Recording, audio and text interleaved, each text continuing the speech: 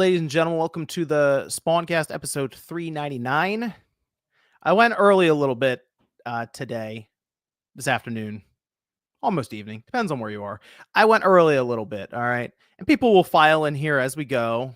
I just sent them the link, so it'll be a little bit, but it's not 6 o'clock Eastern yet. So I thought I'd flip it on its head and actually be early rather than late for a couple reasons.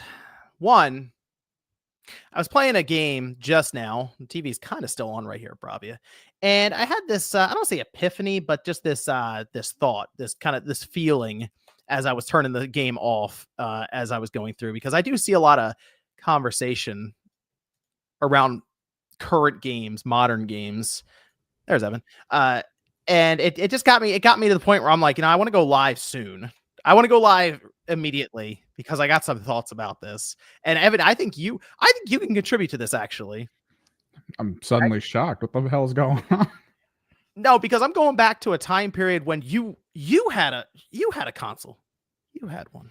I still kind of do. It's the Switch you bought me. It's over there. I just don't turn it on. Well, but like when you were actively playing the consoles and stuff, that was the PS2. PS2, very active. I remember you came in and traded it all in at one point. You got rid of it, basically. You're like, yeah, I'm good. I was just going to do PC now. That was it, right? But I'm going back and thinking about it. And I was like, you know what? Let me go and play, because we just had the Blue Point game that got canceled. The God of War one, got word about that. And I'm thinking about Blue Point. I was going through their games as we were talking about it. And there was one game that stuck out. I haven't played it in a while. And, I was like, let me fire this thing up. I did this yesterday because I'm trying to show the kids games that aren't Fortnite or the basic run-of-the-mill Roblox. So let me show them games that made. Yeah. Let me show them games that had impact. As we went along through the generations, through like gaming history. And this game is kind of old now, and that's why it was sort of funny. I realize how old a lot of us are getting now. So if I go back to like 2005, which is almost 20 years ago. In fact, let me see the exact month this game came out. Okay. It was October. So we're still, like a good, basically the year away from this thing being 20 years old. But I'm talking about Shadow of the Colossus. All right. And the last time I really played it, like all the way through, it was on the PS3 because they did that and it was that and Ico, they put them together. Yeah. And I played I played some of the PS4 one that Blue Point did, and I liked it, but I'd played the game so many times before that it's been several years since I really went and checked it out. And I started up, and I'm going through the opening, and man, there is this intangible. It's so hard to describe unless it's right in front of you. It's kind of like in sports where you have people who might not be the biggest, strongest, whatever, but they have these intangibles, maybe in terms of operating under pressure, whatever. I fire the game up, right? And I'm looking at it. OLED display, the whole thing right back here. Have never played this game with like an OLED or like the newer version combined with like the higher end kind of setup. But then I'm looking at this thing, and it just hits me with this, right? I'm looking at it, and I don't often take screenshots when I'm playing a game. It just doesn't really come up. It's something I think about. But man, there's this aura about this game that's so hard to describe unless it's in front of you.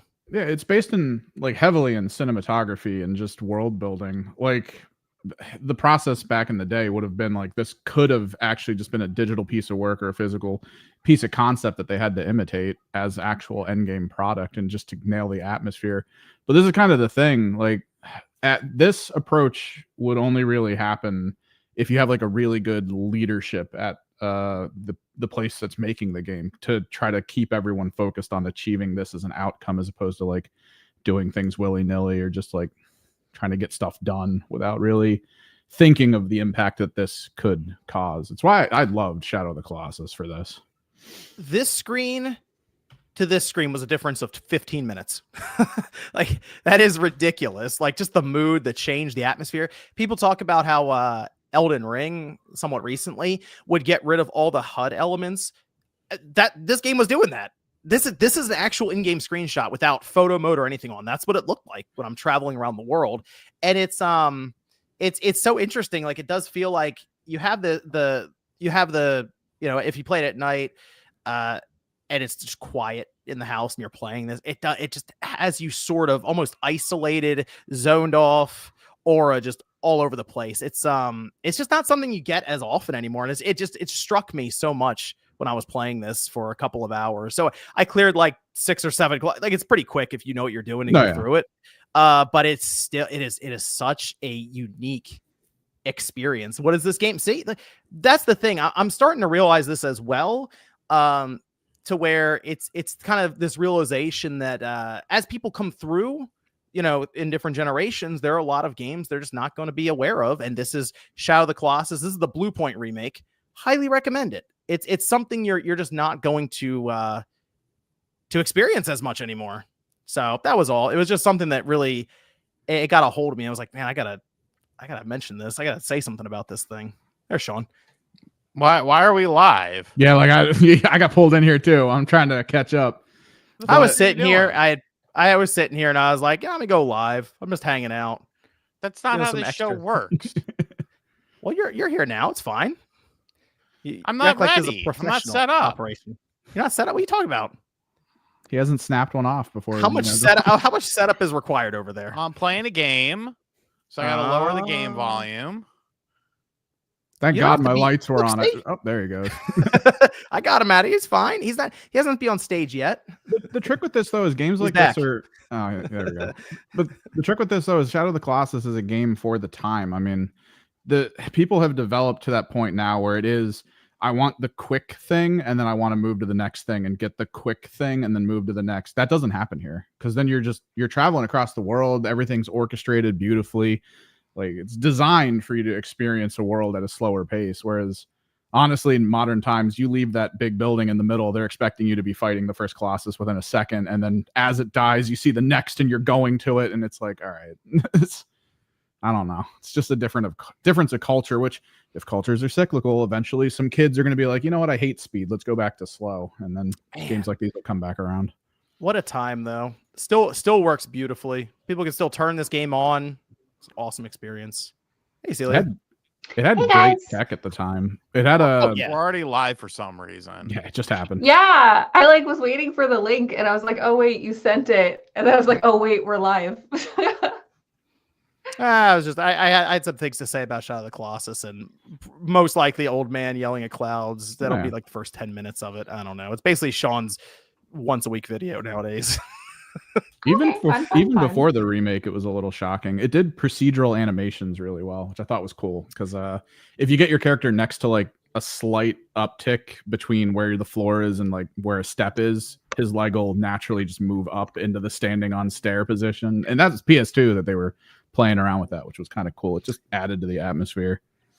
Yeah, it had no business running on the PS2. No, so absolutely. I still can't believe it did. But the remake's very good. Highly recommend it. Why isn't the re-release Sims a topic tonight? Did you, Celia, you like The Sims? I do like The Sims. There's is it the re-release of the original? Yes, there is. Is it the re-release of the original Sims and Sims 1 and 2, which was the best Sims? I'm really excited about it. 2. Dude, it's so good. It's because you're able to customize, and there's so much more. It expanded the Sims world. I'm very excited about it. Yeah, I'll play it. I think it just came out today, I believe. They just dropped them randomly. They announced, dropped. Yeah. Do you think this is for the run-up for a? Do you think this is for the run-up for a games as a service Sims eventually? Oh god. I mean, they've kind of treated they've done a lot of. They just release content for it all the time. Yeah, you mean like a big like go to the shop, one? Buy a new shirt kind of situation instead of buy the DLC that adds magic. Just weird stuff. Yeah, so I was just describing maybe that lost feeling, Sean, that people have felt. Maybe this generation, the past couple of years with modern gaming, one of the reasons you're playing Dreamcast, stuff like that. I got hit with it before the show. That's why I was like, I'm going live right now. Maybe that I said it was like this aura that we haven't. It might come from that like creativity at times, right? But there's like this aura, partially kind of. That grabs you or hits you when you're playing a certain game, and I just felt that with Shadow of the Colossus. I do think it's hyper focused on target demographics. That's it. And games like Shadow of the Colossus, I don't think resonate right now with a lot of people. So yeah. Well, That's the way it goes. But yeah, I just that's why. No other reason. But I think Josie's popping in too. But I think in a half hour or something. Yeah, that's fine. That's fine. We can get started then. I got my little modern gaming, old gaming rant off, so it's fine. There's Josie. She can get her on here when she's ready. All right. So the Spawncast episode 399 went off of 400 at this point. Let's go around here as Josie's almost ready, but let me go around here as we get started. Sean, you good now? Yeah, I'm fine. You're up? Okay, cool. Good Which to have line? RGT here. What? Oh, yeah. Yeah. What were you playing? N64 wrestling ROM hacks. Nice. Okay, good stuff. Good stuff. Updated rosters, stuff like that. No, classic rosters. Ooh, nice. Okay. Hi. Oh, there's Josie. Sorry. Hi, Josie. Hi. I went how live you early, doing? Josie. I had like a mini old person rant. You did. You That went was hella live. Okay. That was all. That was all. So people got it like 10 minutes extra because of that. But let me Let's go over go. to Celia. How we doing, Celia? We're doing great. Just excited for the weekend. I've been playing Majora's Mask because last week I called Sean out for the opening. Like I'm taking too long in the opening. And it actually takes 35 minutes, not 25. So I was wrong. I did time myself and I did record. It is like 12:55. I want to see how long it takes. But And she then it is was 10 minutes over. also she's well seasoned in the game. That would be like me No, saying, I "Oh, took my time. it takes 5 hours to beat Shenmue," and Sean, then okay, Josie's like, "No, this took me forever." You know, I know what I'm Yeah. doing. Okay, I'll play it faster. I have a second save file. I can do that. I tried taking my time with it and like not speed running it, but yeah. So right now I'm playing it. I'm gonna 100% it. I love that game. It's like my comfort game. You should get the strategy guide, Sean. You can do one of those videos where you beat the game, how the strategy guide tells you to beat it. Jake the Snake is running out. You're not supposed to be in this Oh. match, sir. What game is it based on? The ROM hack you're playing? Which one? No mercy. Oh, of course. It's got to be No Mercy. Makes sense. A lot of people like doing WrestleMania 2000 now. Oh, wow. Okay. A lot of ROM hacks have Interesting. been WrestleMania 2000 lately. Okay. Josie, how we doing? Good. I had to run from school, so that's why I Oh, was really? like a little bit late. But I'm here. Yeah, I guess you're back now, huh? At school. Yeah. College kids starting to pile in up at Newark now, so I see it starting to happen. So Yeah. that's good. That's good. I go over to Evan. Evan's here too. Yep. Good to have Evan here. So we had a week of exclusivity discussion again. So I put that in as almost like I don't even know how much of a debate it's really going to be, because I feel like a lot of us probably think the same with this, but I figured I'd throw it in there and maybe somebody can be the oddball here and bring up the opposite side or something to go back and forth with it. But I mean, that most of it's spurned on from Xbox just starting to move games all over the place to other platforms, with probably one of their most storied next to Halo at this point franchises going to PS5. Sony had a bit of a shakeup when it comes to some of their structure that had Sean laughing a bit on Twitter. Mass Effect development beginning, but Bioware is downsizing quite a bit. And we're finally done with the PS4. So we'll see. We'll see about that. And I'm sure questions maybe about Nintendo Direct will come up in Super Chat and Mailbag, I think. So well, actually a lot to get to here as we go along. Of course, if you'd like to support this show as well as any others, Goose Game and Talk, click R3, Direct Xbox, check out Spawncast Network, become a Patreon there, drop questions in for the mailbag, and hang out with some of the people over in Discord. There's a lot of conversation, especially recently going on with some of the Microsoft moves recently, and probably going to see quite a bit of discussion as we move towards April 2nd, or who knows, maybe a week or two when a Direct happens. So a lot of fun stuff happening over there. There's a link down below. Check it out. As well as everyone's channel or social media stuff also on the panel link down below. Let me start, though, before we get into all that, let me just see what's everyone up to. What's everyone playing? Sean apparently playing a wrestling ROM hack. But what's everyone been up to this past week? I played a game that I thought I would like, but I didn't. I don't remember the name of it, though. I got to look it up. Okay. While you're doing that, Celia, the Majora's Mask run. Anything else? I've been just playing Majora's Mask. I was supposed to start Alice, and I was gonna play some Ninja Gaiden like you recommended, but it's been all Majora's Mask.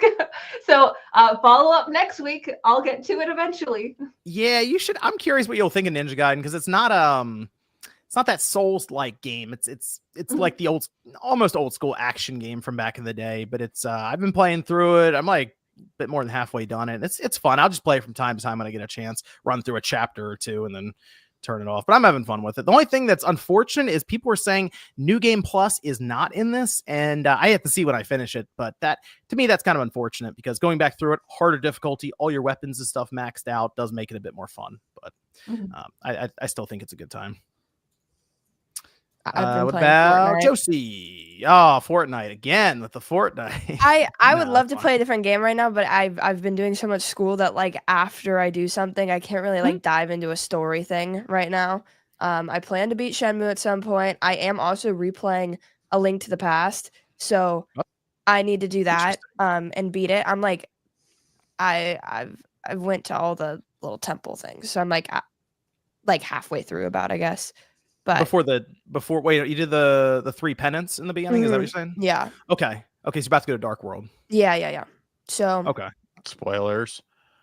well, I have played it before. I'm talking about for the chat. Maybe. I'm somebody sorry. else. I ruin everything. I spoil everything. No, I get if there's a torn apart 30-year-old in this game you've never chat. played, tune in to get this spoiled by me. But, hey, Link to the Past, great game. My favorite Yeah. Zelda game. No, I'm gonna play it when I have some more time. But yeah, Is The game- Fortnite just go ahead, Sean? I was gonna say no. Go ahead, because I figured out the name of the game, but go ahead. I was gonna say, is Fortnite just that easy comfort game to fall back to because you know it so well and it's kind of like a social game, so it's easy. To yeah. I fire just up and play with my friends. That's like the Yeah. only reason I still play is 'cause my friends are like, jump on, and then we'll like play a game and lose miserably and jump off, and that's about all. Oh, you should jump on with Halo with us. No, I know. And lose there. Yeah. Well, we don't lose all the time. When a certain Sometimes. fourth doesn't come, Oh, it seems like we do no. a little better. I'm not naming names, but when there's 3 of us, things seem to go a little bit better than if there's 4 of us. Interesting. Have you've played Halo before, haven't you, Josie? I have. I played Like, Infinite. I that beat the campaign. I haven't really Okay, played it online though. We're playing like the old Halo game, Master Chief Collection. We're the expectation for it to go to Switch has us playing it and getting ready. So for that to happen. Sean wants to feel like a winner on Christmas Day and make all the kids feel like losers. Yes, yes, I do. All right, Sean, what's the game you remember? The game is called Dream Core. It's a liminal space game, and I thought I would like it because I like Stanley Parable and I like liminal spaces, but I didn't really like it. It's just it's like too big. Like the first level is you're in a pool and you're just I like remember this. walking around aimlessly, but you have to listen for like a noise that's happening. And at the start of the level, there's a level call or there's a doorway, but you can't go in it because it's dark and it says you need a flashlight. So I eventually followed the sound to find the flashlight. But by the time I found the flashlight, I was so deep, like probably no less than 60 rooms deep into the thing. It's like, well, I'll never find my way back there.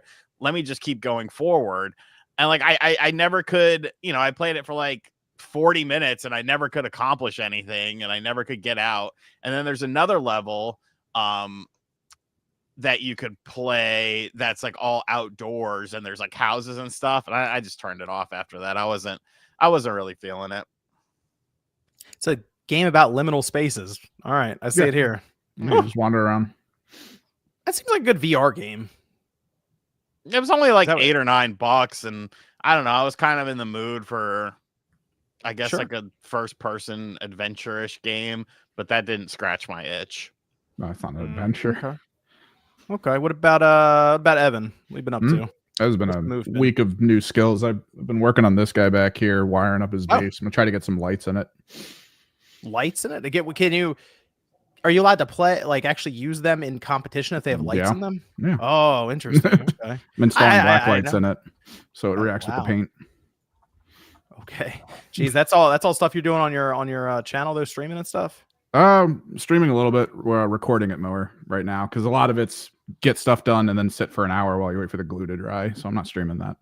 That's not happening. Okay. Okay. Yeah, a lot of Ninja Gaiden. That's the main thing.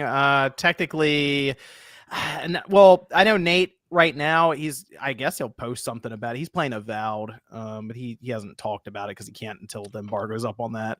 And then I still been just playing Kingdom Come Deliverance 2 here and there as I get a chance, which is out next week. Yeah, next week. People have been able to talk about previews and stuff for it so far. Which I'll talk more about it next show when it's fully, like, the embargo is fully lifted on it. Yeah. So, but that Ninja Gaiden 2, just kind of on and off playing that, and then apparently Shadow of the Colossus. I think I'm just gonna play through it because it's only gonna take a couple more hours to beat it, and it is quite enjoyable. So, fully recommend that game. Are you playing the OG or the newer one? I'm playing the modern remake one. from Blue Point, which Oh, I okay. played the original. I played the PS3 version. I fired up. I remember when it came out, I fired it up, played it a bit, and then kind of moved on from it because I already played it twice. But now I have, the OLED display, the surround sound. I didn't have any of that stuff when I originally tried it. Like, let me go back through it here, and it's just hitting differently right now. So I got a question before we get into the topics, by the way, because you and Evan could probably know about this. What the fuck is this GOG shit? God, Like- good old games. What about Yeah. it? Like, What as is it? in general, they're all Yeah. about letting you purchase digital games without DRM on it. So it's better for preservation because then you can just download it and you have it. You're But talking like, about Dino Crisis 1 and 2. not even that. Oh. I Are you talking about their preservation of really old games, like with Dino Crisis? well, I mean, that's part of it, but like the other shit they got on there and shit, like Silent Hill 4, The Room, that's a PC version, but like, how does it run on a modern rig? Because obviously that's kind of my question. It might be running through Right. emulation. I'm not sure. You mean like if you bought it right now, would it work fine on your equipment? Right. Or do I have to fuck around with shit? That's a good question. Because there's a the way lot they of work cool shit on here. Okay, Yeah. how much is it, and are you willing to spend that to test it? Because if it's Well, like $5-6, why are you Usually they have complaining? forums. Don't they have Well, like I mean, forums there too? Like, There or are you- older games that are dirt cheap. I mean, No, Silent yeah. Hill The Room is $7, but like oh, I could get like there's like Mortal Kombat 1, 2, and 3 for like 99 cents or $1.99 or some shit. Oh, there it is. Mortal Kombat 4 for $1.99. It's $1.49. So you know what? I'm gonna buy it right now, and we're gonna Blood see how Omen it works. Legacy of Kain, 97 cents right Yeah, now. dude, there's tons of fucking cool shit, and I just thought it would be Yeah. kind of cool to like build a mini PC with like all GOG shit on it, because it's it's technically like a very high quality version of the game if it's a PC, theoretically speaking. Well, it tells you the system requirements below. Processor 1.8, that's like nothing. 2 gigs RAM, it's nothing. 3D graphics card, DirectX 9.0, which is nothing at 256 megabytes. You're probably fine, dude. Just says most games on GOG should just run. The only thing I would be concerned about is controller support, because sometimes they're a little weird about it, where it's like you have to plug in a mouse and keyboard to get into the game or go into the options to set up the controller. And sometimes it says on the right though, game features controller support. So I don't know when that would trigger at that point. right. Or maybe resolution types. Those are things can kind of throw it off. But I mean, it's nice because you just get to download it. It pops up as an icon on your desktop, which is like weird to people nowadays. Yeah, and then you just click Always it and need a go in. launcher. Now my purchase, is this attached to my account? Your As- GOG account, yeah, so you can just re-download it whenever. Okay. All right. Well, Yeah. What is this GOG Galaxy? I don't like the sound of that. I think they do have a launcher you can get as well For if you want updates it. and stuff. You yeah. don't need the launcher, but you can get it, to my understanding. So Okay. otherwise, you just download it from the website account. All right. Well, let's Like download the game. No, I don't want to download and install with GOG Galaxy. No, thank you. It says it makes it easy to install games, though. Yeah, because it's like Steam. It's gonna Hmm. put it in a folder. It'll double check their server to make sure that if there's a game breaking bug and there's a patch, that it'll fix it and stuff like that. It's Alright, partially alright. run, I think, by CD Projekt Red. I think they own I think it, right? CD Projekt own GOG. Yeah. CD Projekt owns it. Yeah. Okay. So- Well, all right, right. I'll Sean. use the web Keep us up to date. installer. I will. Keep us up to date. We're just going to start right away with Microsoft because they had the big week. It seems like the floodgates are open for them right now, and some people are confused, some people are dismayed, some people are excited. It legitimately is all over the place. Well, Phil Spencer did make his rounds as well, and then this led into the earnings report where Satya Nadella talked about it, and it does appear that yes, they are going to be moving games that would typically have been first party. They're just going multi-platform just about across the board. And I think there was the exclamation point yesterday when they announced that Forza Horizon 5 is going to the PS5 in the spring. So Forza Horizon 5 is going to PS5 in the spring. Indiana Jones is going there in the spring. And then we also have Doom, which is going to PS5 in the spring. So and Indiana Jones, which is going to Yeah. PS5 in the spring. So we have like those three major titles right now from Microsoft just making the move there to PlayStation, and it does seem like more are going to follow. Forza is a big deal, though. I will say that it's been with Microsoft since the original Xbox. I remember renting that game at Blockbuster back in the day. That's how long ago it was for the original Xbox, and I thought it was an awesome title. But it was after that, I'd always basically related it to the Xbox brand. And now here it is finally making the move over. So to me, the only other more storied franchise is indeed Halo. Because Halo would be next, and that would, to me, complete it. I know people look at Gears. That technically came after Forza and Halo, but still, it's clearly that's been linked to Xbox as well. But there's a lot around this because everyone's trying to wrap their mind around how this is going to work for Microsoft going forward. And most of it just stems from money. Just Satya Nadella said profitability. That's their big push right now. High profit, high margin moves and releases, which hardware is not. So is this, I don't say is this the beginning of the end for the hardware, the console itself, but is this the beginning of a major paradigm shift inside of Microsoft and Xbox for how they're going to run the business going forward with hardware and software kind of in mind? Okay, first off, are any of us surprised that this is happening? The writing's been on the wall, and I don't think it's like the I guess beginning of it, because they've been doing this for so long. I feel like we've had conversations about this where, you know, we're talking about how, you know, they're making the shift to highlight all the ways to play, and how they've been kind of just moving away from the console spotlight for quite a while. It is cool that they're being very transparent about it now. So, you know, they're being upfront. They're changing its brand positioning. But I do think it is disappointing in a sense, because like for Xbox and a move for business side of things, yeah, software is where the money is at. Consoles tend to sell at a loss. Like they're not making their money there. And since we've discussed this before, I'm going to be very, like, glaze over it a little bit. But basically, you know, the console exclusivity in general, like the console wars doesn't exist anymore. It's not PlayStation versus Nintendo versus Xbox. People have made their purchasing decisions, and to spend the marketing dollar to get user acquisition, to get people to move over to consoles is way more expensive than making cool games and having them buy it on the console of their choice. Sales wise, in business sense wise, it does make sense for Xbox.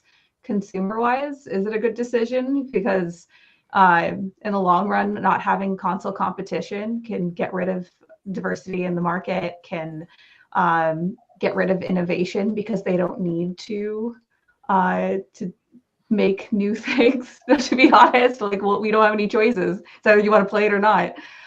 So it might hurt the consumer, but we'll see. But they've been definitely making that brand positioning shift for a really long time. Like, for example, did any of you guys go to Xbox's Fan Fest? I think the last one they had was like in 2018, 2017. Is that the event where people were caught on camera, like kissing the logo on the floor? Yeah, it was nuts. Okay, so I'm trying to Xbox remember used to exactly which event that was. Sorry. Yeah, back in the Hyperkin days, we did a lot of licensed Xbox accessories, so we had some visibility into what happened at FanFest. But yeah, FanFest was this event that Xbox would hold where they invited the top craziest, Xbox fans that like were ride or die Xbox, and would name their firstborn son Xbox. I don't know.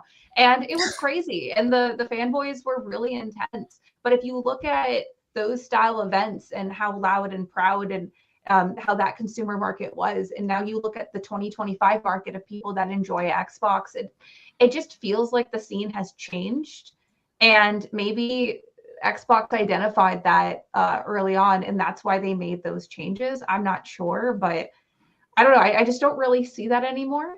And it's also like that for like PlayStation as well, to be honest. Like no one's like screaming "Ride or Die" PlayStation, but I don't know. I just feel like Spawn's comments. Oh, are they going Some of crazy them right do it. now? Oh, okay. It depends Well, on the day. I was wrong there. Depends on the day. Sometimes. But like I just feel like it's different now. And so maybe Xbox identified that and that's why they're making their changes. Well, time will tell. Okay. Yeah, that's Sean. Hi. Were you surprised at anything that happened this week? Although I do have some Phil Spencer quotes we can go over. Don't worry, I'll get to that because some of those comments were maybe a little surprising, I guess, for people just based on the way he's mentioning hardware and stuff. But were you surprised at Forza, anything like that? I mean, to some degree, because like you said, you know, it was a game that it's been on Xbox since the start of Xbox. You know, the original Forza was made to compete with Gran Turismo. That was the whole reason it existed.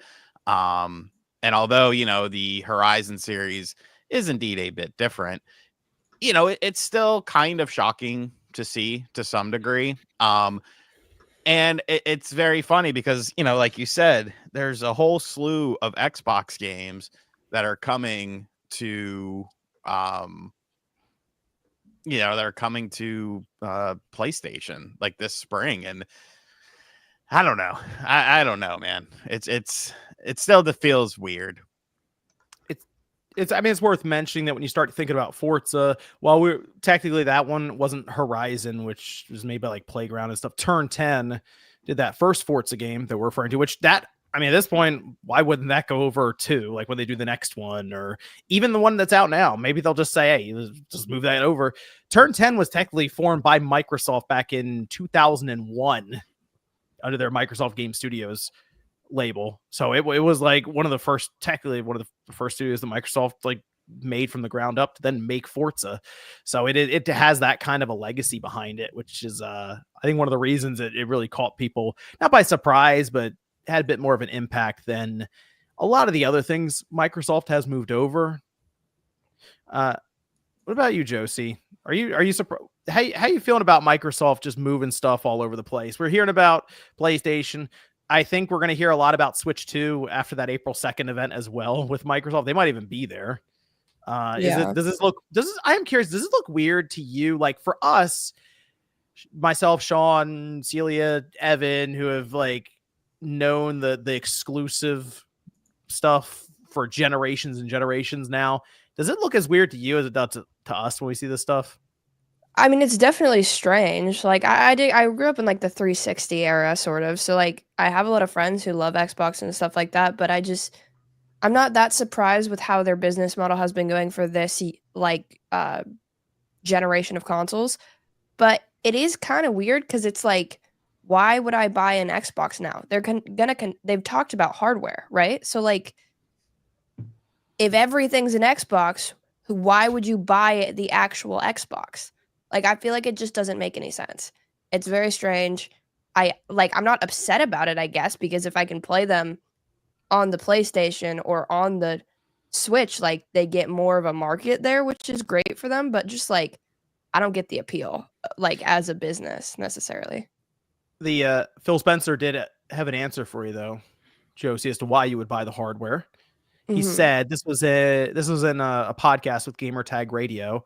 So I want people to pick hardware based on the capabilities of that hardware and how that fits into the choices that they want to make about how they want to play. And we want our hardware to win based on the hardware capabilities that we have, as in not the exclusive games, but just the hardware itself. That's a lot of word salad. And that's not how it works. Like you buy the Nintendo console because you want to play the Nintendo games. You buy the Sony console for the Sony exclusives most of the time. And I know not everybody operates that way, but like I think once everything's available on Xbox, I'm never going to be like, okay, there's a system where I can just play third-party games and not Sony exclusive games. So I'm limiting myself. So I'm just going to choose the Xbox.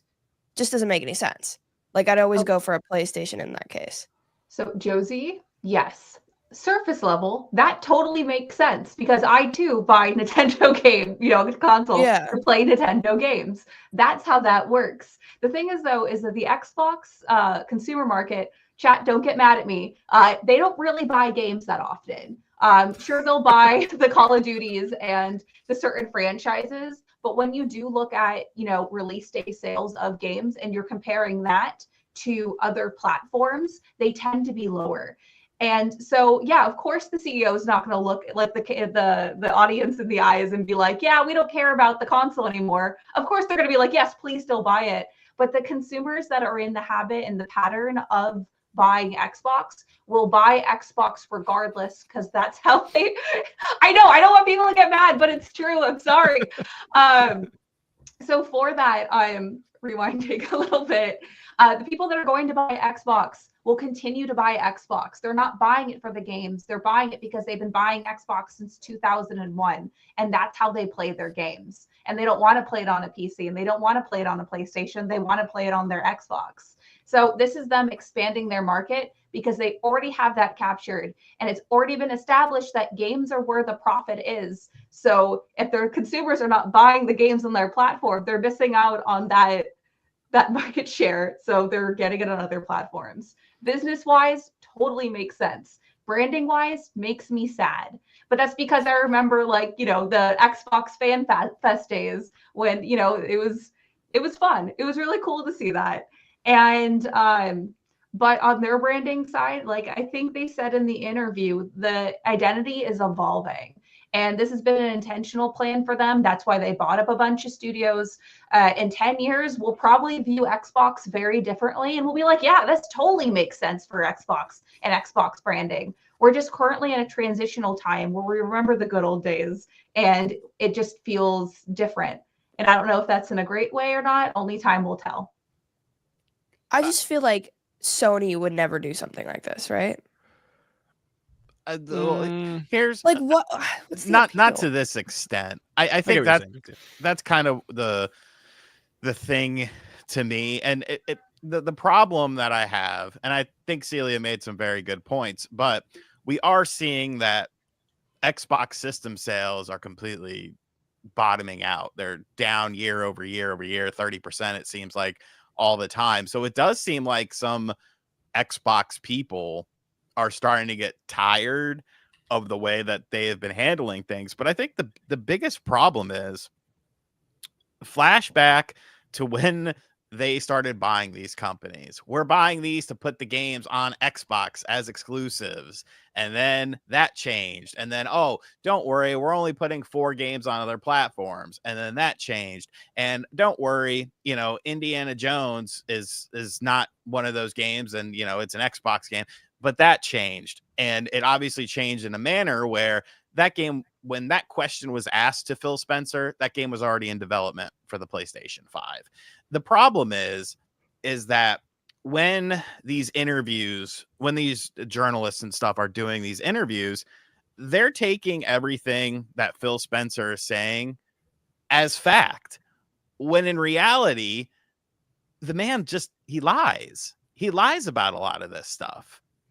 It obviously wasn't the case. So why would you say that? Like, another topic that we have is about Ubisoft. And the reason Ubisoft is in the position that they're in is because they have ruined customer trust. The consumers do not trust Ubisoft. And I think it's getting to a point with Microsoft where people are not going to trust them on the hardware side of things. And if that's the case, maybe because consoles don't just come out of thin air. You got to R&D them. You got to manufacture them. You got to buy parts for them. Like, all of that costs money.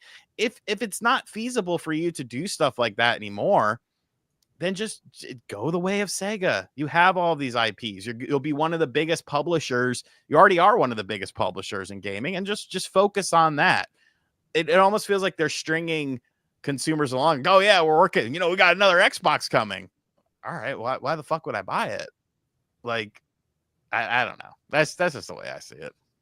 Welcome to marketing, Sean. They're not going to be like later losers. Don't buy this. Nothing's coming. Like, of course they're going to sell a story. Of course. And then also with things, sometimes marketing plans change. Also with the chain of command of like the direction of things, they might not have public facing visibility for those certain things. Is Phil necessarily lying? Yes. Maybe. Probably. I don't know. Come on. He's not just some random he's not a random marketing person. He's the one, telling marketing people, well, not really because they don't have any marketing, but they do. How dare you? I have friends on their team. I have friends on their team. Well, they don't do a great job. Avowed comes out in a very short amount of time, and Nintendo's been whoring out that Donkey Kong game for the past 3 months, and I haven't seen any sort of advertisement for Avowed. The only reason I knew Avowed was coming out was because Nate was talking about embargoes and shit like that. Like, come on, dude. Nate wasn't talking about anything. What are we talking about? Well, signing the embargo, not the game itself.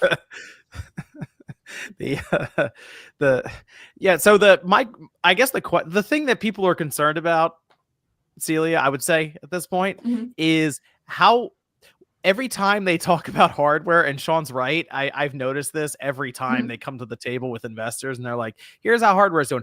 It's always down 20 to 30% from being down 20 to 30% from being down 20 to 30%. Like this, the percentage of a percentage keeps getting smaller and smaller and smaller. The question, and I think this is why, is people are wondering how low does that number get to where you just stop making the system anymore? Do they release, that's, I think, the concern. Okay, out of complete curiosity, do they release their accessories numbers in these meetings of like how those sales have been going? They don't, because they don't accessories sell extremely well for Xbox. It's just it's great. So I don't know. I feel like if the profit is fantastic for accessories, and you're making actually more money with accessories, I wouldn't get rid of the hardware, because the people that buy the hardware buy 50 fucking controllers. So I don't know. It's would that have to do with like PC as well at all? Yes. Like the accessory sales, because you can so easily use. Yeah. So but like, no, I don't know. They buy so many though. It's crazy. Oh, that's more of a mental thing than anything else. The collection of controllers up on the walls. That's actually more common than you'd think. But they are also working, apparently, I'll say, on a controller that can connect directly to your router, directly to the internet, so it would work for cloud as well. So then technically they could sell somebody just the controller without needing a console, and you just play through the cloud. Which is probably what they want to do. But one point I do want to make, in not necessarily defense, but kind of maybe to get into the mindset of Microsoft, is, I mean, the Surface tablet was supposed to be the iPad killer, and like some companies buy it for employees and stuff like that. But the average person doesn't buy a Surface tablet. They really never have bought a Surface tablet. And yet somehow on the NFL sidelines all the time. I own one. Chuck that thing. I got one over there. But somehow, some way, they keep making them. So, like, they upgrade it and update it and shit like that. Like, I almost think that Microsoft has too much money, and so it doesn't. I mean, you know what I'm saying? Like, it's kind of how much money they made this last quarter. Last quarter was 68 billion, I think, is how much revenue they made in a quarter. So it's almost like, well, who gives a fuck? You know, like I think that's the one. That's true. I think that's one of the reasons why you still get it. Like the Xbox, they're still making another hardware and shit like that. It's like, oh, we got Windows. That's gonna make us a cajillion dollars and shit. So yeah, we're fine. Like, I think that, so the interesting thing is, one of the reasons I think the hardware will still exist for maybe longer than people are expecting is because if their strategy for next generation really is to open the software and the OS up to other manufacturers, I feel like Microsoft would still make a box, it might just call it Xbox, to introduce any new features from that OS that they maybe refresh every few years. Like every few years, here's a big update for the OS, and we're going to put out a box, kind of demonstrate it, and then the third parties build off of it. Kind of like when you see NVIDIA make a video card, and then a bunch of third parties come in and sort of brand and make it their own kind of thing. That's sort of what I'm envisioning Microsoft may be doing in the future. So that means you'd walk into a store and there'd be like 5 or 6 Xboxes you can buy. I guess Asus will sell one, Lenovo, maybe HP. But I think that's kind of the idea. And if that's the case, then yes, but that means they'd probably only think about maybe selling 5 to 10 million of it, and maybe that'll be enough for them. I don't know. It's really hard to know at this point. Microsoft's doing such weird stuff with their gaming division that I don't think anyone can successfully predict it at this point. Do you think it almost changes on a bit of a whim, comparative to other companies, or do you think do you think all of these things are very planned out? The word going around is that there was an internal struggle behind the scenes at Microsoft. Some wanted to keep stuff exclusive, others didn't. And seems like I assume Satya Nadella realized how much money they had dumped into the division, which was nearing $100 billion at this point, just looking at the acquisitions. And it's like, well, time to make money. You got to repay this thing. How do we do it? Start moving games everywhere. He said high margin is what he said to investors. Celia's right. It's software. Go sell the people on the PS5 who are, the thing is, as you mentioned, Celia, that generally when we get the sales reports, the majority of the games third party wise sell on PlayStation when you get those percentages in. So Sea of Thieves did well. They were pretty happy with it seems. Everything's going over. And there's a lot of word going around that Halo's next. So that'll be, it is an Xbox. It is. How do you own Xbox clothing? I was one of the original Xbox people. I liked the Xbox back in the day. That was, Right. that was like one of my favorite things back Super then. annoying to edit OG around in Xbox. news waves. Come on, man. The Yeah. 360 was a time right there. How's Evan supposed to fucking? So annoying. I have every section I clip. I have to scroll through it to see if the one of the letters on the left or right side vanishes, and I have to move things around every single time. All right, so I have an update on GOG. Okay. I downloaded Mortal Kombat 2, but it's running on DOSBox, and I don't know how to set it up. So now we're looking at I'm getting Second Sight, Mortal Kombat Trilogy, Resident Evil, and Metal Gear Solid, all of which have Oh, you went controller shopping. support for Jeez. $35. Yeah, a whole Wow. $35 for a Pretty good. ton of games. Yeah. So we're gonna purchase these, and I'm gonna give them an old college try. Make a video and Okay. make a couple thousand off of it. It'll be good. There you go. Well, Phil Spencer seems pretty open to putting things everywhere. He was asked point blank if he can guarantee Starfield will stay with Xbox. He said no. So Starfield, I guess, at least coming to PlayStation at this point, and it seems like it's rapid fire right now for these games. So it's Very quick. Yeah, very quick. Just it's coming out in the spring. Oh, okay. Interesting. Panic Button, by the way, doing the Forza Horizon 5 port, which has people wondering if that is a Switch 2 game, because now everyone, I don't know what's going on here. I feel like some people are just naming games from Microsoft because it feels like any of them can go. So they're just like, oh yeah, all these games are going to PS5, all these games are going to Switch 2. And if just a handful of them go, it's like, well, crossed wires or something. That's at least what it looks like to me. I Because don't I know, feel like man. everything's been named. Yes, but that makes sense to me, because there is not a market there's not name me a racing game on the Switch that has real cars that's good Was it besides Grid. Grid, right? Grid was the main Grid- one. Grid I was thought. the There's only one. also, what was that other game that was it like a mobile game? They moved it over and turned it into a console game. Asphalt. No, it was Yes, something else. No, wasn't it where you built like a little garage and that's bugging me. I got to try to remember what that was. But Someone will regardless, say that. Gear Club? yeah, Gear Club. Gear Club wasn't Thank you. very good. Gear Club was not good. You obviously didn't play the second one. Well, But as far as like a game that has like real cars, an open world Right. setting, community setting, and stuff like that, like I think that would actually do pretty well on the Switch too. yeah, there's not a lot of games like that even on the PlayStation side. I think the closest would be the new Crew Motorfest. You got but the still Test nothing like Drive. Horizon 5. Test Drive Crown Solar should have been, but wow, did they fuck that up? There's Right, yeah. there's no traffic in the game. There's no people. There's nothing. It's like a barren waste. It looks like a fucking like nuclear bomb hit and like they rebuilt the city, but nobody moved back in. There's like the worlds are so barren. Yeah, you don't have a game like Horizon Most 5 Wanted that and kind of Hot level. Pursuit too. I did forget about those. Okay. But still, like they're not quite the level of Horizon 5. Horizon 5 is like on another level compared to a lot of those games.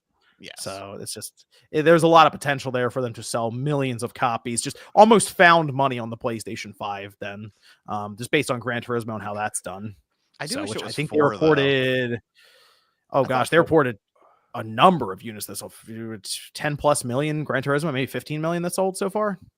4 had a better city. I didn't really care for the city and well, 5. I feel like the next one they should go to Japan and do like the tuner stuff. That would be really cool.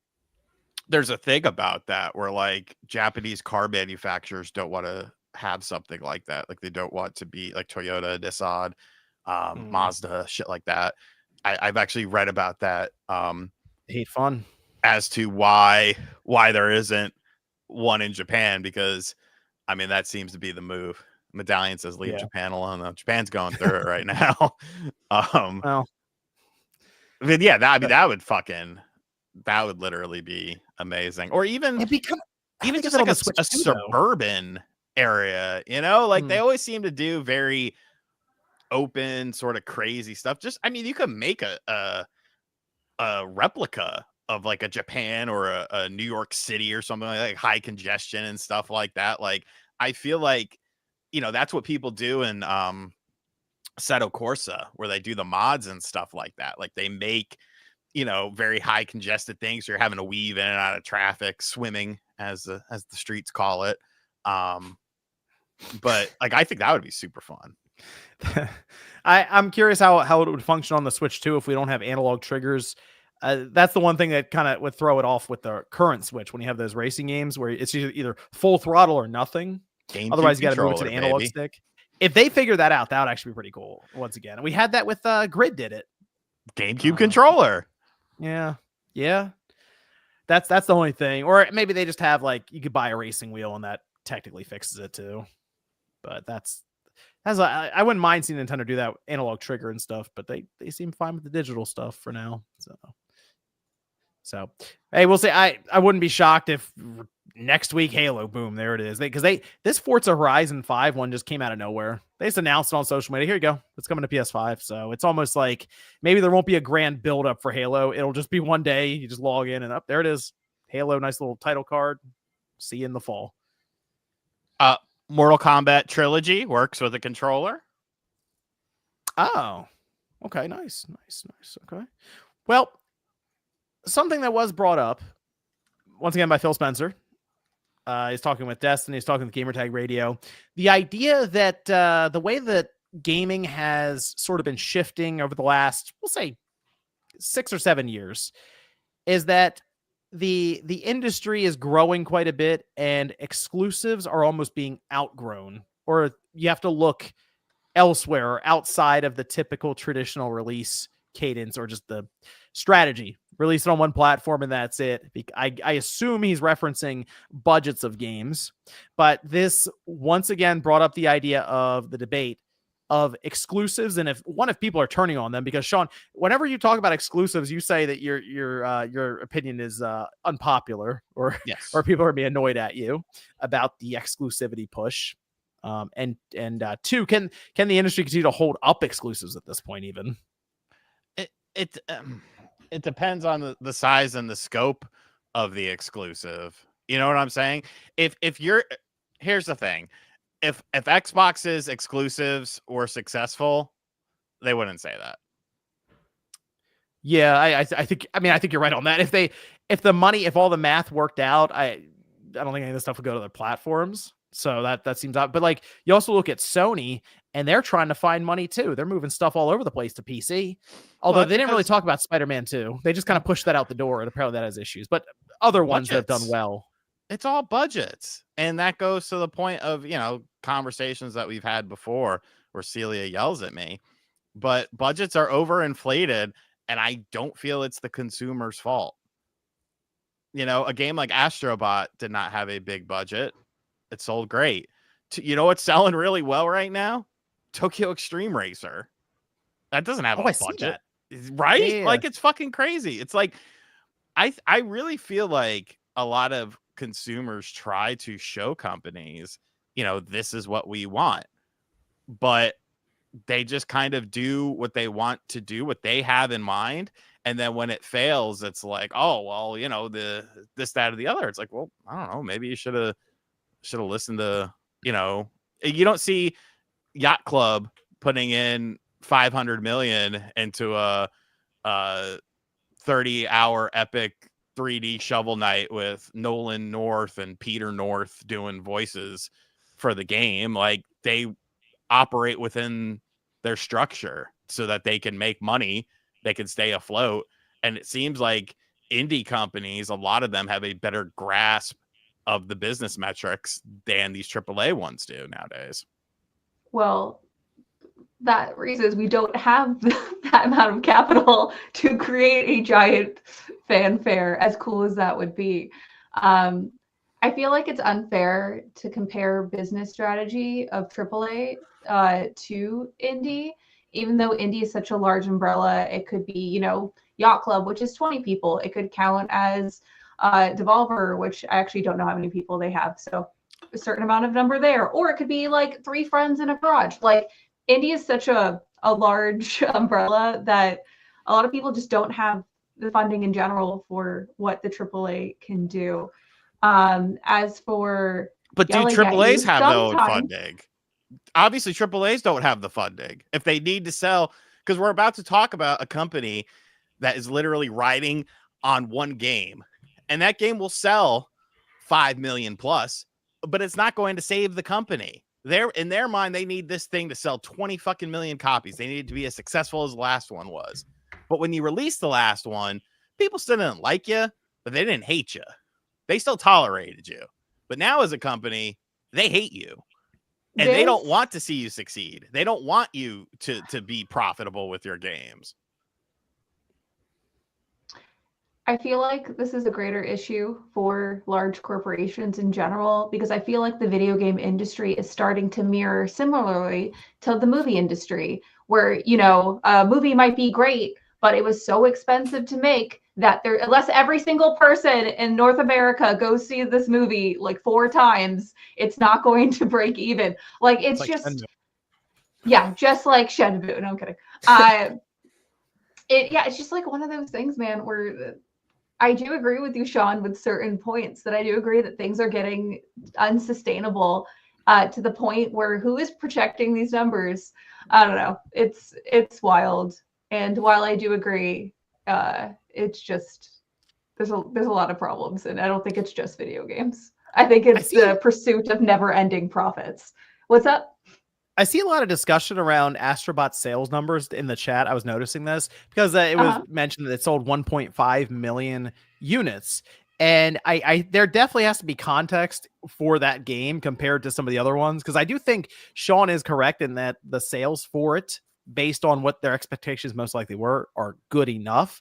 I say that because it took 3 years with a relatively smaller studio, especially compared to if you say, oh, how does this stack up to Naughty Dog or Sony Santa Monica, very expensive studios to have. It took Team Asobi 3 years in Japan to make Astrobot, and it sold 1.5 million copies in the span of about 4 months, we'll say. Yeah, about that. 3.5 to 4 months. So people are seeing 1.5 million is not, I say not good, but not good enough, I guess. A million units is a million units. That's still great. It makes me so sad that that's not good enough. And I understand it's because of the budgets, right? Yeah. How much was the budget for that game? For massive games? Yeah, that's the thing though. Is Astrobot's budget would have been significantly smaller than insert Last of Us Part 2 or any of these other massive games that typically see come out. Did they release the budget for Astrobot? No. That's the other thing I've mentioned. We talked about this last time or time before, Celia, how secretive the gaming is in general. It's like you really have no way to really extrapolate or figure the stuff out because the only way we find out is if it leaks out through court documents or something like that. Oops. I don't know. I don't know how to answer that for them. It's hard to say. All we can do is go, okay, 3 years, team of like 50 to 60 people in Japan where salaries tend to be lower than in the US or something. It's like, well, that should line up. So that's really all we can do, you know? So it's I think that, and then the game of the year win, which Sony does like that kind of stuff quite a bit. I think they're pretty happy with Astrobot. Like, I think you're going to see another one at some point. I think Team Asobi is going to get more money, more backing here now going forward. So, but the idea of exclusives. Here's the other thing. I thought about this too. Okay, so for as I mentioned before, Josie, I was curious your thoughts around the exclusivity stuff, because I do wonder, and this is the generation technically coming in even after you then, is how much importance or how much do they really think about exclusivity like we do when we were coming up, and it was constantly like, you link this property to this console, that's the console you have to buy for it. I wonder if that's still going to be a thing in 10 years for the vast majority of the industry. Not to interject, but I think it is because of things like Mario. Yeah, like Nintendo. That's what I was gonna say. Yeah, because like my cousin's kid is like 6 or 7, and like he only fucks with Nintendo because of Mario. Yeah. Okay. Yeah. Okay. Nintendo's the one then that's going to keep it going. Go ahead, Josie. And I do think like most of them understand like why they would get a specific console over like just having an iPad. Like if they just want to play apps and shit like that, but if they want Mario, they go to the console and they buy the Nintendo console. Or if for some reason they want, like, Astrobot becomes a big thing, we want Astrobot, they'll probably understand that they want a PlayStation for that. I don't know. I feel like it's just, it gives value to the console itself most of the time. That was something I saw going around as well, is that exclusives are needed for the identity of the console. They are. Okay. Yeah, but do they need to be $100 million exclusives? No. Like, what if most of the exclusives were just $5-10 million budgets? No. I think that would probably so fix small, everything. $5-10 million. That's indie. That's a larger indie budget. Yeah. That is kind of the question, though, is if budgets continue to go the way they are, where they're just ballooning like almost year over year, eventually it technically would have to outgrow just a single platform, unless the game prices really did go to like $100 a game. And then nobody's going to buy games. Yeah, and even then, you've gone over that cusp. People just stop purchasing. And what are you doing? Yeah. So that's what it all comes back. That's one of the reasons why I think this conversation is really coming up now between Microsoft and kind of Sony a little bit. Again, they're moving stuff to PC. They're playing around to see if that works. They're technically, technically they do have Bungie, right? They own Bungie. Bungie is going to put Marathon on Xbox, I guess, next year. So kind of releasing an Xbox game technically there. And 100,000 copies sold. Well, I mean, it's got to make it to there first. Like, we got to see it get there. So they got Kenneth from the Stars team. He's dead. So, what? Playing Resident Evil now. Oh, Looks so good. that is kind of the thing I was just considering, is the change in viewpoint of exclusivity, where some people, I see it online a lot, do not like exclusives. Others are like firm stance, you got to have exclusives. It is just back and forth right now on this whole thing. And I think if you are an older traditionalist person growing up with consoles, you're probably like, well, yeah, you need an exclusive. I don't know. Maybe you think the landscape changes though in the future. Well, okay. To be fair, why did we think that? What's that for the games themselves? Because we would always look at it as the games sold the hardware. But I mean, like, why would we look at a certain console over another console? Because of the exclusives. Like, consoles still had multi-platform games and stuff like that, but you bought the console because you want to play specific games. So, like, has that really changed? And if it has, why has it changed?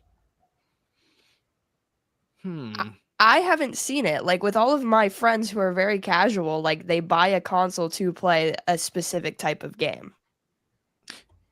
You know what it might be now as well is kind of the ecosystems that have built up. The digital library is a big one people point to.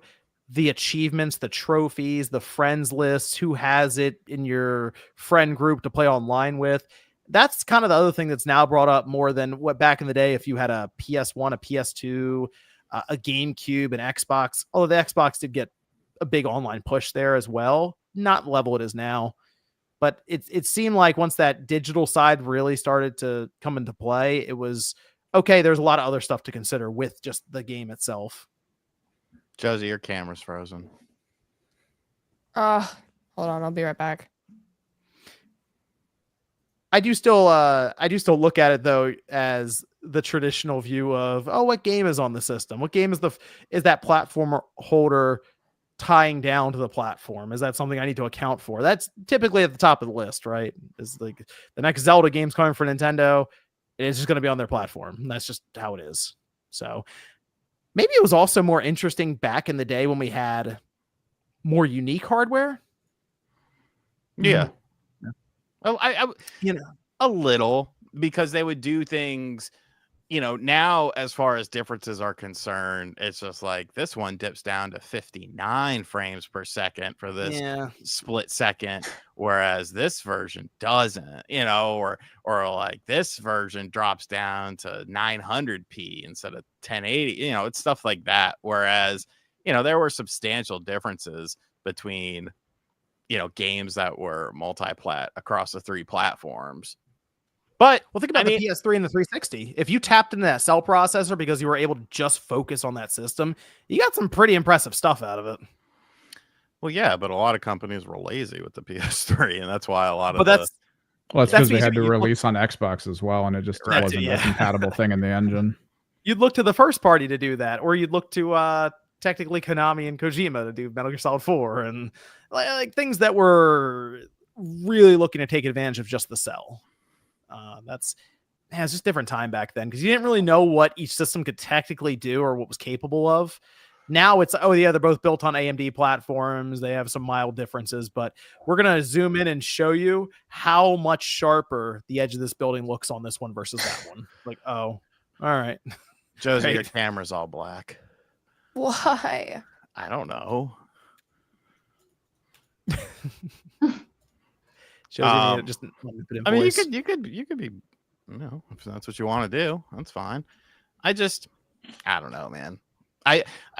To me, I think Microsoft is chasing quick money rather than long-term money with their business ideas. And maybe it'll work, because as we've all said, who knows what the next generation of shit's going to look like, We might be looking back on this and reminiscing about having a PS5 and an Xbox Series and a Nintendo console and them having different things because, things are very different. Because you're streaming from an Amazon server now. Yep. That'll definitely happen in 15 years. We're going to look back on the PS5, the Xbox Series, and the Switch, and we're all like, oh, when's this generation going to start? We'll look back 15 years from now and be like, man, remember those are the good days. That generation. That was it. How we look at the Xbox, PS2, and GameCube, and there were some points in time where it was like you buy a game and it was just broken. You couldn't do anything with it. Well, we'll see. Oh, yes, so before we move on, okay. So Sean claiming that Xbox is looking at quick money. Does anyone is there a chart I could look up, I guess, online if anyone's logged this to show the gradual decline of sales for the past decade for Xbox? To kind of their hardware or just their sales in general? Both would be really cool to look at. Wasn't hardware for the last 3 reports 20 to 30% every single time as a reduction? So for 3 reports, sales in general. But I would like to see, because 3 reports isn't going to make a shift in marketing or a change in because then we know the last system was also less sold or something than the prior system for the bulk of it. Yes, substantially less. The Xbox One was substantially less than the Xbox 360 did, and that's why they wanted to do the Xbox Series X to supposedly win everyone back because they knew they messed up with the Xbox One. If you're talking about gaming revenue, though, Celia, I had something for that. Where was that? was my favorite moment in marketing with the old Xbox One when the PlayStation guys walked out and went, "This is how you give each other games," and just handed off the disc. And just like crushed them immediately. So the thing that's so interesting about Microsoft, Celia, and the reason there's two parts to it. One, their revenue has been increasing over the last couple of years now. Like it's actually been going up in terms of gaming revenue.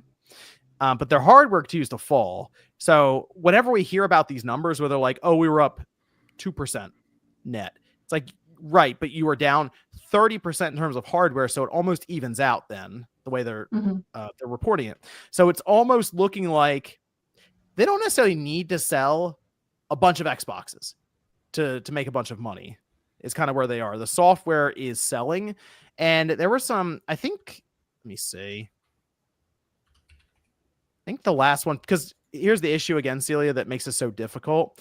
They just don't give us numbers for gaming at all. People have to extrapolate. They have to try to figure this out. So some believe that their revenue this past quarter that we were referring to was roughly $6 billion for gaming. Okay. And that is right about level or maybe slightly up from last year. That was up from the year prior.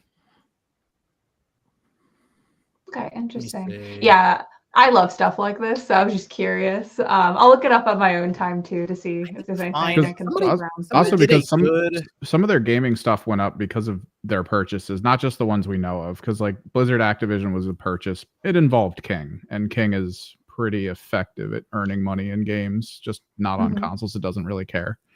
So like they're getting things like that. Here you go. Celia, I put this in the chat for you. Check that out. Check that link out. So again, people have to go back and forth trying to figure it out, but you can see Xbox hardware versus content and services, and you can see how much higher content and services now versus 6 years ago. It's quite significant. Oh, this is so interesting. Okay, I'm gonna go through this. Oh yeah. Keep in mind though, remember they did buy Activision Blizzard, and all that went through like a year ago. So there's a reason you see that massive jump in terms of their bar chart there. But it is quite substantial. So okay, yeah, I'll go through that. I'm just curious for like my sake of things because it'd be fun to try to pinpoint when the marketing shift began, like internally of like when they decided that they were gonna focus and like change from that.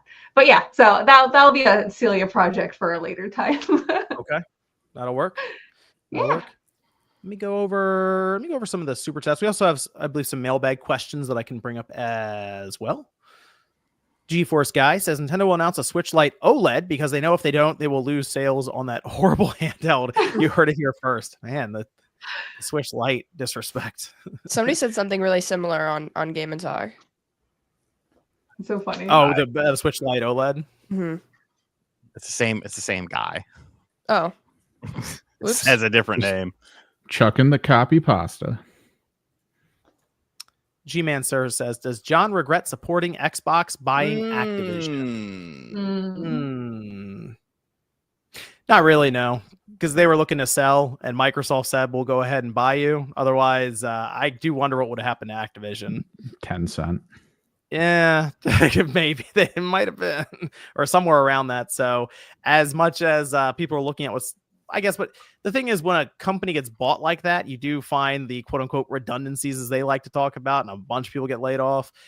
Someone I think was going to buy Activision Blizzard either way. It was going to be figured out. And that alternate history might be maybe less desirable than what happened with Microsoft. Yeah, when companies sell in general, like those redundancies or whatever, those jobs were on the chopping block to begin with because a company just doesn't buy like Xbox didn't just like walk up to Activision and be like, "Hey guys," or maybe they did. I don't know. I didn't read the court cases. They were like, "Hey, want to buy you guys?" Like, there's usually like they're shopping the company around and like they're looking to put it at market, and then there's acquisition lawyers like looking into things and seeing what the projected values would be. There's a lot that goes into it. So either someone like Tencent, a mystery company that could have like made it go directly into the ground, and if no one bought it, I don't know if Activision would look like what we know Activision to be today. So, well, we found out what some of their budgets were for Call of Duty, and it actually makes a lot of sense. Once again, all goes back to the budgets when we were hearing about some crazy $700 million figure for a Call of Duty game. So Activision went to Microsoft looking to sell. They also went to other companies. So somebody I think was going to buy Activision one way or the other. Yeah, they're shopping it. Earl says, is the Scarlet Violet performance patch just the Switch 2? They addressed the problems in a tweet, but never came out with one. Love you all, by the way. It doesn't exist. No, it's not. It's not going to do anything. It's not going to do anything. I think it'd be hilarious if it made it worse. Like if it ran worse on the new hardware. Downclocks completely and is like, nope, I think there's a chance. I think there's a chance. All the trees are just completely everywhere. You're like, what's happening? When did they announce that? Because so I played through Violet, collected all the new Pokemon. It was awesome. I completed my decks. And then I actually put off playing the DLC for quite a while. And over the holiday season, I bought it and it was a buggy mess. It ran worse than the base game, which really confused me. So when did they announce a performance patch to happen? Like a month after the base game came out. Yeah, they were like, we'll fix it. Don't worry. Were they like, they never did? It? Yeah, they were working to find out. They know people are concerned. So then all the diehard Nintendo fans were like, see, they're going to fix it. Yeah. And then they never fixed it. There were mild, I know that there were mild changes to things. Obviously, nothing notable that we don't want to talk about. But right, yeah, but I mean, the game needed a bummer. Notable updates. Yeah. The DLC is getting kind of hard to go through. The frame rate is really tough. But hey, what's the reason? What's the point? They sold I still bought that. 20 million. I actually bought that. And they're gonna release the next one. It's gonna be just as buggy and bad performance. Still gonna sell a lot. They don't care. I'm gonna buy it day one. No, like a lot of people. Yep. Pokemon fan says, will you guys be going to too many games this year? I will be. We'll be there. I'm going. Yeah. Is Yacht Club going, Celia? No, so if you want me there, we'll have to work something out. Got it. Okay. Yeah, fortunately. Yeah, we'll get Celia out there for the panel. Right. You're at PAX? Yeah, I'll be at PAX East and West. Oh, there's a lot of people going to that. Nintendo Prime's going to that. So you two can hang out. That'd be fun. Oh my gosh. So cool. We get Sean to come Soldier Boy again. Oh, no. I'm busy. I'm sorry. I know. No, Sean, you said you're going to go. Sean's busy. I have a lot of plans. What are you going to do? Not go to too many games. Not go to fucking PAX East and see a bunch of people I don't want to see. Vampire Slayer says, sup people, I hope all is well. Sony and Microsoft literally lost this generation with everything coming to PC. What's the point of buying the consoles other than laziness and convenience? Nintendo still has games at least. I think there's some people just like the console experience. Yeah, the argument's still made. Like we've made this argument years ago with people being like, "Why is Evan on PC?" And it's like I like playing here, and then they're like, "Well, I like to turn on the TV and have a controller and not care about updates."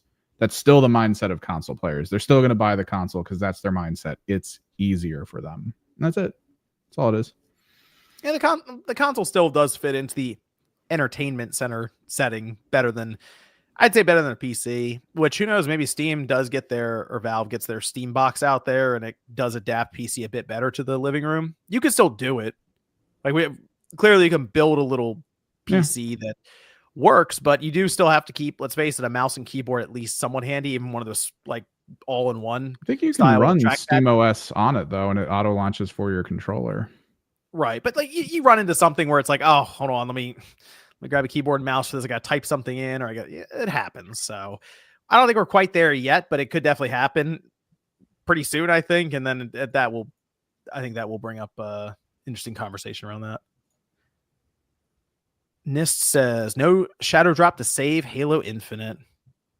Not this time. We're expecting Master Chief Collection.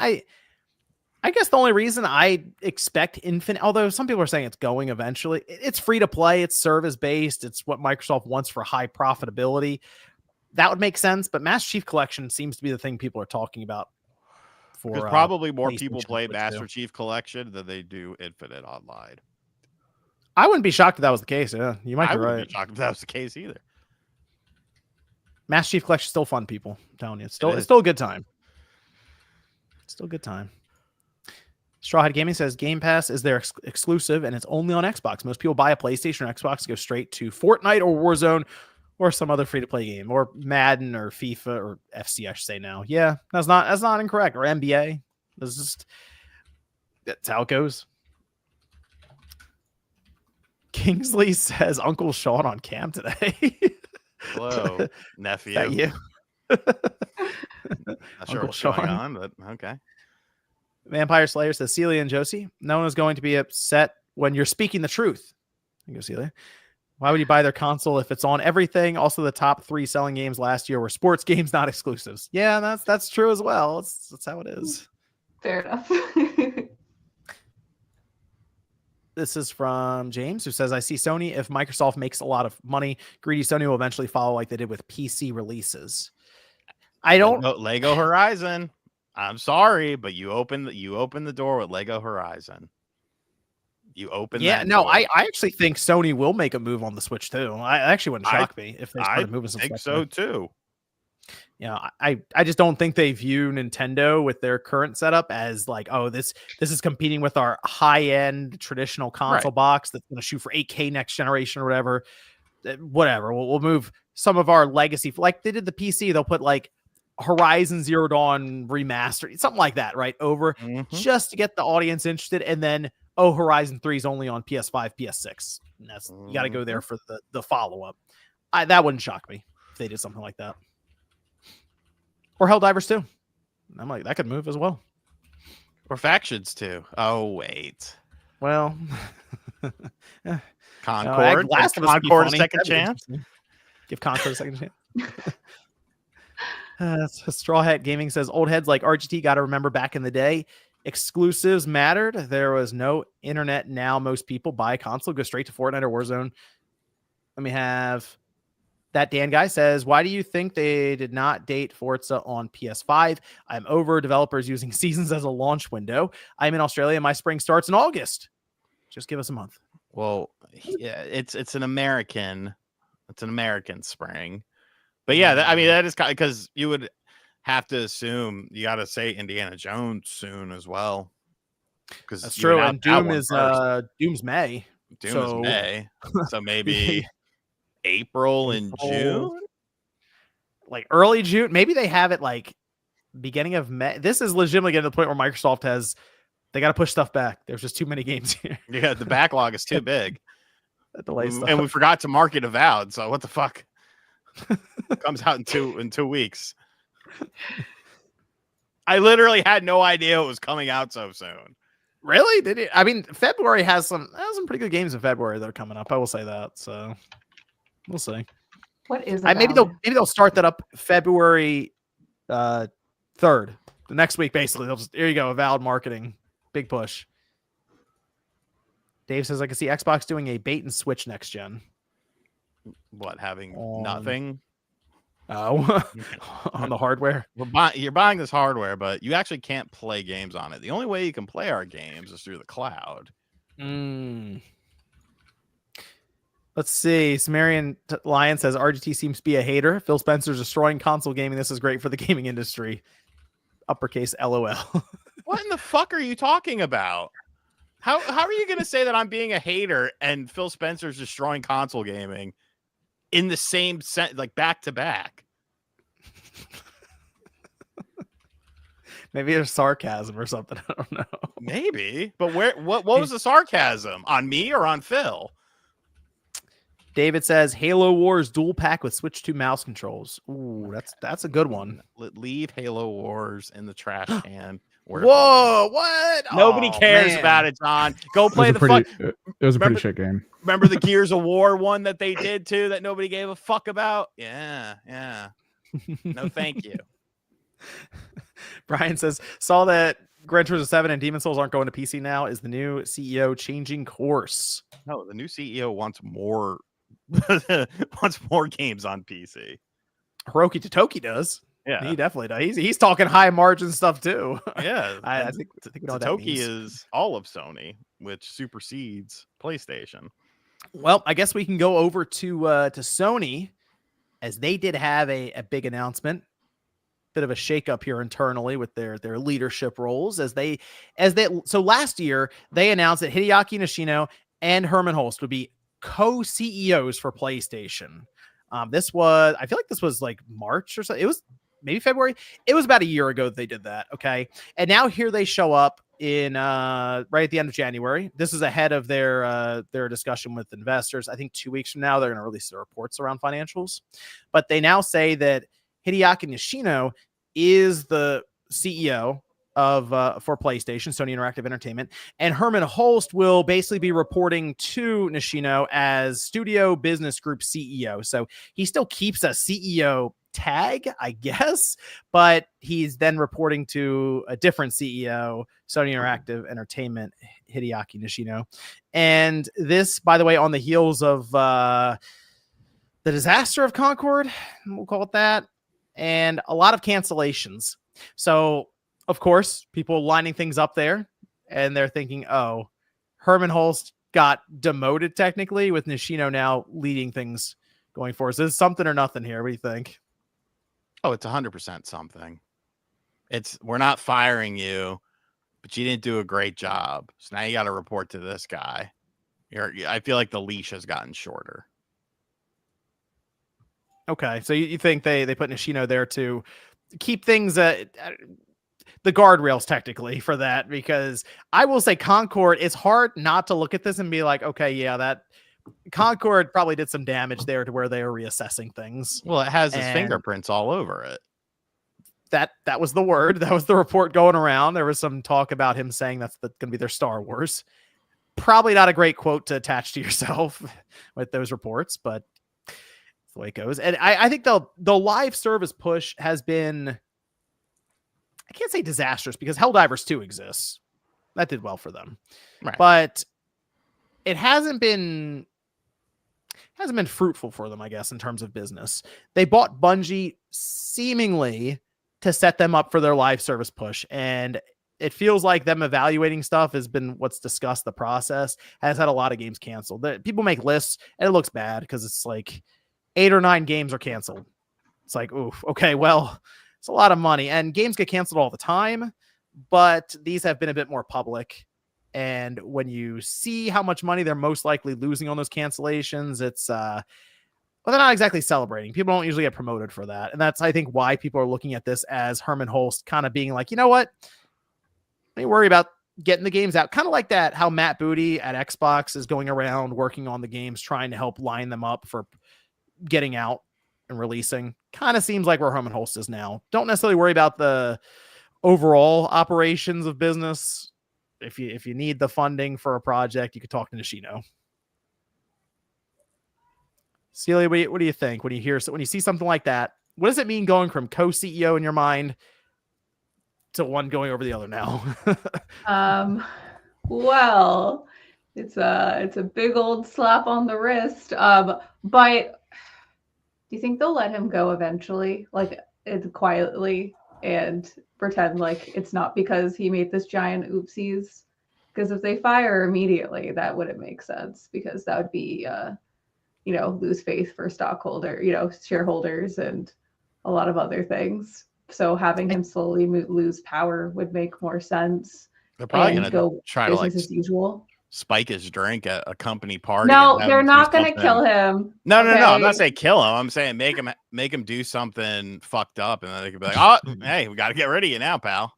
No, I feel like in 6 months or something, he'll step down because of retirement, wanting to focus on family, something of the sort. Because Concord and a lot of the other canceled projects, and like John, you said, it's a lot of them, and there was a lot of attention on them, and it wasn't quietly like shuttered or something of the sort. It's, it is a big deal. So yeah, I kind of foresee that, to be honest. Not that I'm wishing for anyone to lose their job. I would never do that. But it just seems like when you have that big of a step down, it's, leaving is probably on the horizon. Yeah, that it definitely stuck out with Herman Holst, and he's very good at as we saw with Gorilla, and like getting high profile titles that seem to hit well above their punch above their weight on these consoles, like your Horizon and stuff, out the door. But or you can even like Killzone and stuff, same thing. But maybe the green lighting process needed some work with live service. No, of course. And when looking at things, of course, hindsight is 2020 when, we're looking back at it and we're like, wow, that was a bad move. And he does have a pedigree of success. You don't get that job, you don't just walk in and be like, hey guys, like I want to make multi-hundreds of millions of dollar decisions. Thanks. He definitely earned it, but unfortunately, some of the decisions of things that and chasing things that were popular at the time, and it was a mistake. Just for the fact that trends changed and they weren't expecting it, because back then when they greenlit the projects, that was hot, it was trending. But with the development cycle that takes 5 to 8 years, they weren't expecting things to go the way that they did, unfortunately. And I don't know, in a separate timeline where that was still popular, I'm very curious how those games would have actually done with the correct support and revised character designs and being able to pivot correctly. That's something we'll never know, but it would be cool to look at that with a different lens. I know Fair Games is going to come through. Jade Raymond is going to strike gold with it. And she's Where totally do you think she goes next after this falls through? Who's Xbox? I think Xbox. I think the game gets canceled, and then she like goes a buzzard to to a carcass. Yeah. Fair Games has so much pressure on it now, and we haven't seen it in a while. So I almost wonder if they put it back in the oven and they're like, nah, let's change some stuff up here. First of all, let's. I think they took it out of the oven and dumped it in the trash, and they're like, you know what? Maybe not the best idea. I feel like it's coming out, but I will say, if all of a sudden they showed up and they're like, it's canceled, I wouldn't be like, well, I didn't see that coming. I'd be like, okay, well, yeah, all right. It's just, the live service push has been all over the place, and it does kind of feel like it's winding down. Although I think they're going to keep trying, maybe not at this kind of a rate that they were attempting, where they're like, oh yeah, we got 12 of them in development. It's like, why? Why do you have 12? And now 10 of them have been canceled, or they're out. Technically, Helldivers 2. So, yeah, seems like maybe new direction for Sony. We'll see. I don't think they'll stop, even with Nishino kind of steering the ship here. But I wouldn't be shocked if they come back around and have more of a focus on the console, which does seem like, again, people I see on Twitter and stuff, PlayStation fans want that. More of a focus on the console, more traditional views on it. So maybe Nishino's a hardware guy, apparently. So handheld maybe coming up here in a couple of years, a PlayStation 6. Seems like maybe positioning this for next gen and getting their ducks in a row for it. So yeah, Totoki might have something to say about that. He's looking for that high margin. High margin. Wants to expand multi-platform, such as PC. Didn't say only PC, just gave PC as an example. I'm just saying. Okay. Got to read between the lines sometimes. Let's talk Bioware here for a minute. They put out an update. This is on their blog. I know Sean's gonna say stuff about this. Hold on one second. But they say that now that Dragon Age: The Veilguard has been released, a core team at Bioware is developing the next Mass Effect game under the leadership of veterans from the original trilogy. So they're bringing back people who are known in the Mass Effect fandom for mostly Mass Effect 1 and 2, some people from 3, but it's from the original trilogy that people look back on and with happier times. It was the before Andromeda era, we'll say. Did they get the writer that said they didn't like writing sci-fi? They bring that person back? maybe. But they said, given the stage of development, we don't require support from the full studio. We have incredible talent here at Bioware. And so we have worked diligently over the past few months to match many of our colleagues with other teams at EA that had open roles that were a strong fit. Today's news will see Bioware becoming a more agile, focused studio that produces unforgettable RPGs. Now, on the heels of that, did they mention the layoffs? That EA has not acknowledged these at this time. But Jason Schreier did release a report. This went up a few hours ago. saying that after release of Dragon Age Veilguard, dozens of Bioware employees were told they were temporarily assigned to other projects within EA. And this week, a twist, those temp assignments are now permanent transfers, and Bioware has currently shrunk, I believe, to less than 100 people at this time. And some are saying that they're just laid off. They're not EA anymore. There were many that were noted. Reddit was actually going to the point where they're making a list of the people who have taken to LinkedIn, Twitter, Blue Sky, wherever, just saying, yeah, I'm not a Bioware anymore. Seems to be a lot of the writing team on the Veilguard, which interesting makes sense. Why? Makes sense. I thought that see, I'm not super familiar with Dragon Age, but I always thought the Dragon Age games had really good writing, and that's why people were attracted to them. And a new game in the franchise, you would think would have better writing, if anything, because you have more dialogue trees you could do and whatnot. Was there something with that dialogue that was the writing was very it was not a very subtle set of dialogue across the board. It was always like they would always kind of narrate the events happening in front of them, and it was constant.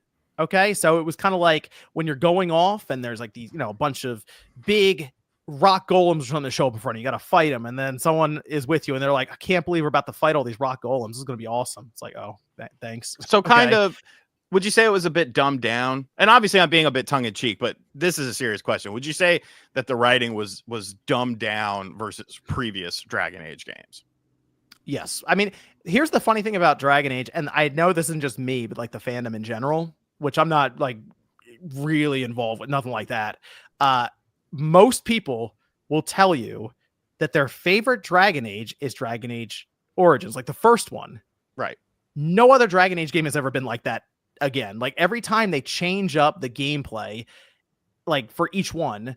And yes, I would say this one in particular, the writing is preschool Marvel.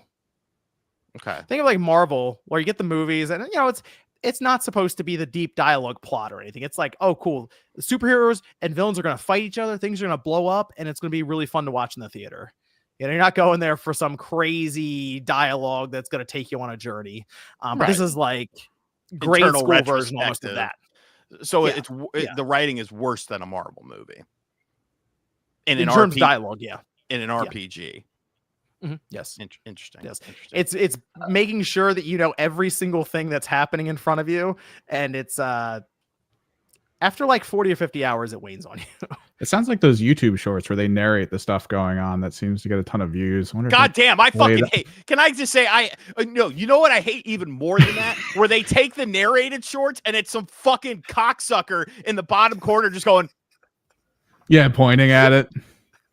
And people watch this shit. I'm like, what the fuck is wrong with you? Nuke the goddamn that's the planet. Thing. But that's the thing. People watch that shit. So maybe what if in a little way the writing crew is like, I guess this is what people enjoy. Let's just throw it into the game.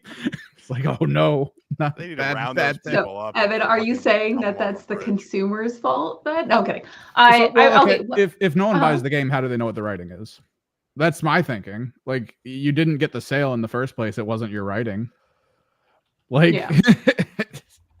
I didn't buy it. I didn't care enough to get it.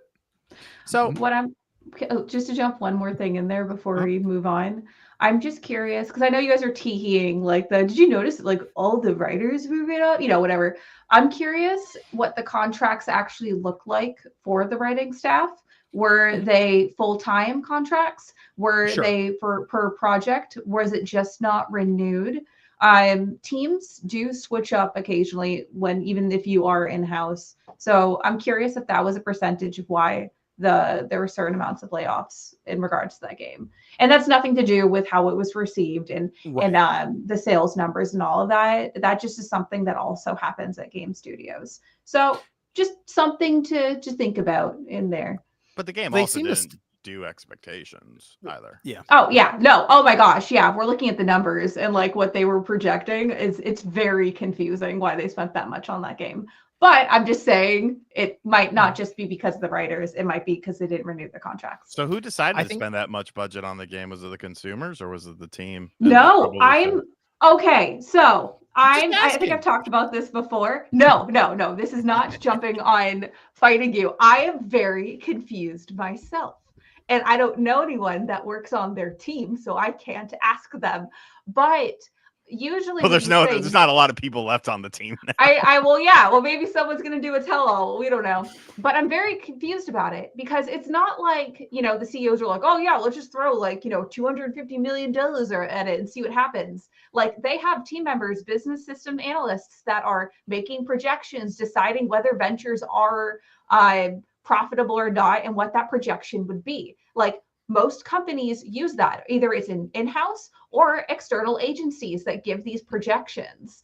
And if you look at their numbers of what their profits were for previous games, like John had mentioned, sorry, I'm ranting now, like John had mentioned with Origins, that is everyone's favorite game. And I think that sold like 2.5, 2.7 million units. I'm probably off, but somewhere in that ballpark. That was the best-selling game, and it's been they had one more game after that, and it sold considerably less than that. So why are they making a game with like 5 times the cost of what the projected profits would have been, or more than 5 times? But like I'm using guesstimation numbers, but they're using so much of that. Who's projecting this, and what numbers did they decide internally that would make this venture make sense? It doesn't. And so I'm really curious who checked off on it. Sorry, what? Inquisition. So you're talking about like the first 2 Dragon Ages. Inquisition basically sold, and I think a lot of it was like the discounted sales were like $10 or less over the course of about 10 years. Dragon Age Inquisition was an outlier, got the 12 million copies sold, which is way different from 1 or 2. So Jason Schreier, with his write-up here, mentions that the plan from the higher up, so think of the suits, the CEOs, executives, was, let's turn this thing live service. And then as they went through development, they said, let's just get this thing out the door and not make it a live service game. So they still kept some of those elements, and you can kind of see it when you play the game in there. They just removed a lot of the stuff that would be multiplayer. So you have hordes of enemies that you fight, you beat them, a chest opens up, and you get some kind of loot that would normally be like a looter shooter kind of thing, or in this case, a fantasy action beat 'em up RPG, right? So like they removed a lot of the elements of the community stuff to it, just to get it out the door. So I guess in their mind, they thought 12 million copies over 10 years. There's interest. Live service, let's make a bunch of money. And then the development was bad. It just didn't work out, and they just shoved it out the door, I feel like.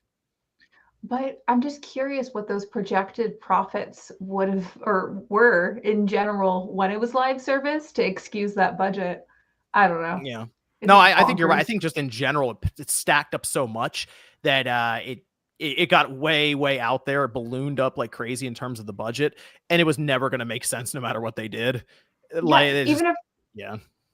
Even if the writing was fantastic, everything was amazing. It was exactly what everyone dreamed of for the Dragon Age series. Like, it just feels like they're in a lose-lose battle.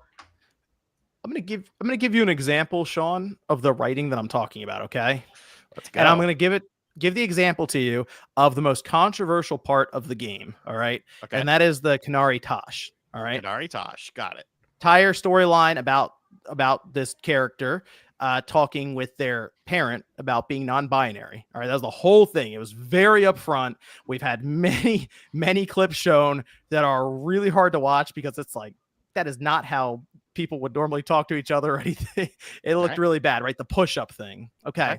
Let me contrast that to one that I think a situation like similar was handled really well in the game. That's actually Last of Us Part 2 with Lev. Okay. If people remember this character. And the reason I think it worked so well is because it was a very subtle kind of thing, and it wasn't really in your face with that Marvel dialogue around a situation that is fairly serious for that person that's involved. Them going through all this stuff. I think it was handled really well in Last of Us Part 2. I think it was like amateurish in Dragon Age the Veilguard. Okay.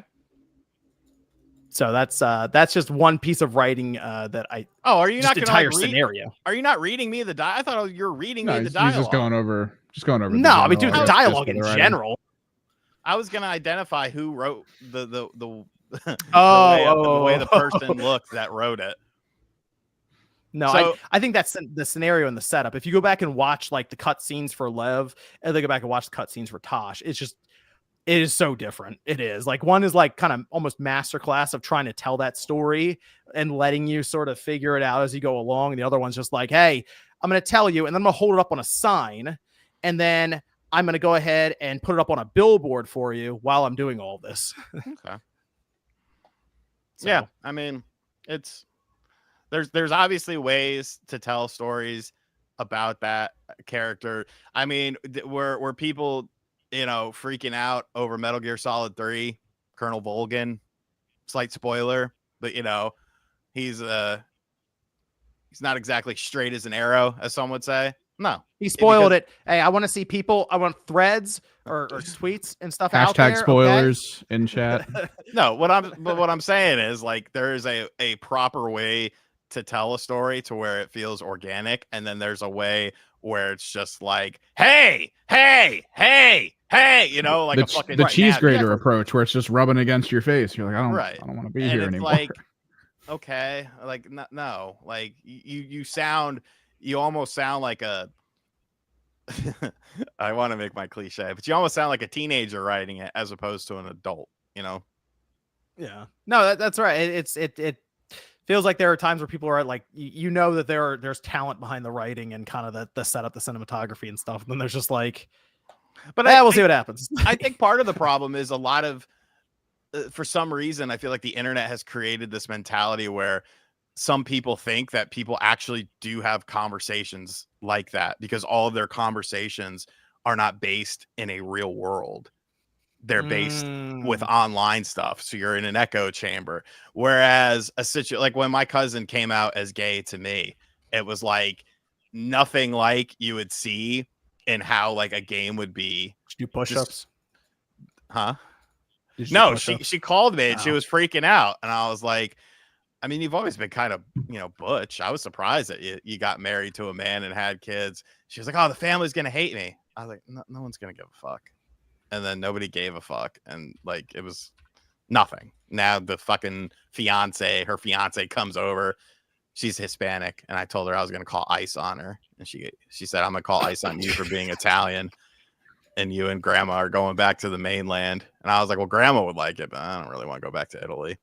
But yeah, there's a way there's a way to go about things, and there's a way that conversations about serious topics that people may think they're anticipating the worst out of a perspective out of the conversation, when in reality most of the time it's not going to be the worst of that situation. But when you're playing an RPG, especially one with a with a pedigree for having good writing, and then you see this kind of just, obviously the original writers, didn't really have a say in this, it kind of does raise an eyebrow. It's not to say that you hate it because of what it's saying, but if you don't like it because of the way that it's said, is different than being like, I want players no non-binary queer, like, you know what I'm saying? Like, it's two different ball games. Yeah, it was just that it was eye rolling at times, and it did take you out of the experience. So right. But I mean, it seems like they said they shrunk down a more agile team. They're in pre-production, so Mass Effect maybe 2029, 2030. So, and you need to stop this, because this man came into the chat room and was saying he shared the tweet where it listed all these people, and he got excited because they're getting ready for Mass Effect. You getting ready for the next John Romero game? He made Doom. He fucking Doom again. I mean, he had a bunch of other bullshit, but he made Doom. Like, I'm not giving these people a pass because they made a game from 15 years ago that was really good, because they may have changed as a person. You're not the same person you were 15 years ago.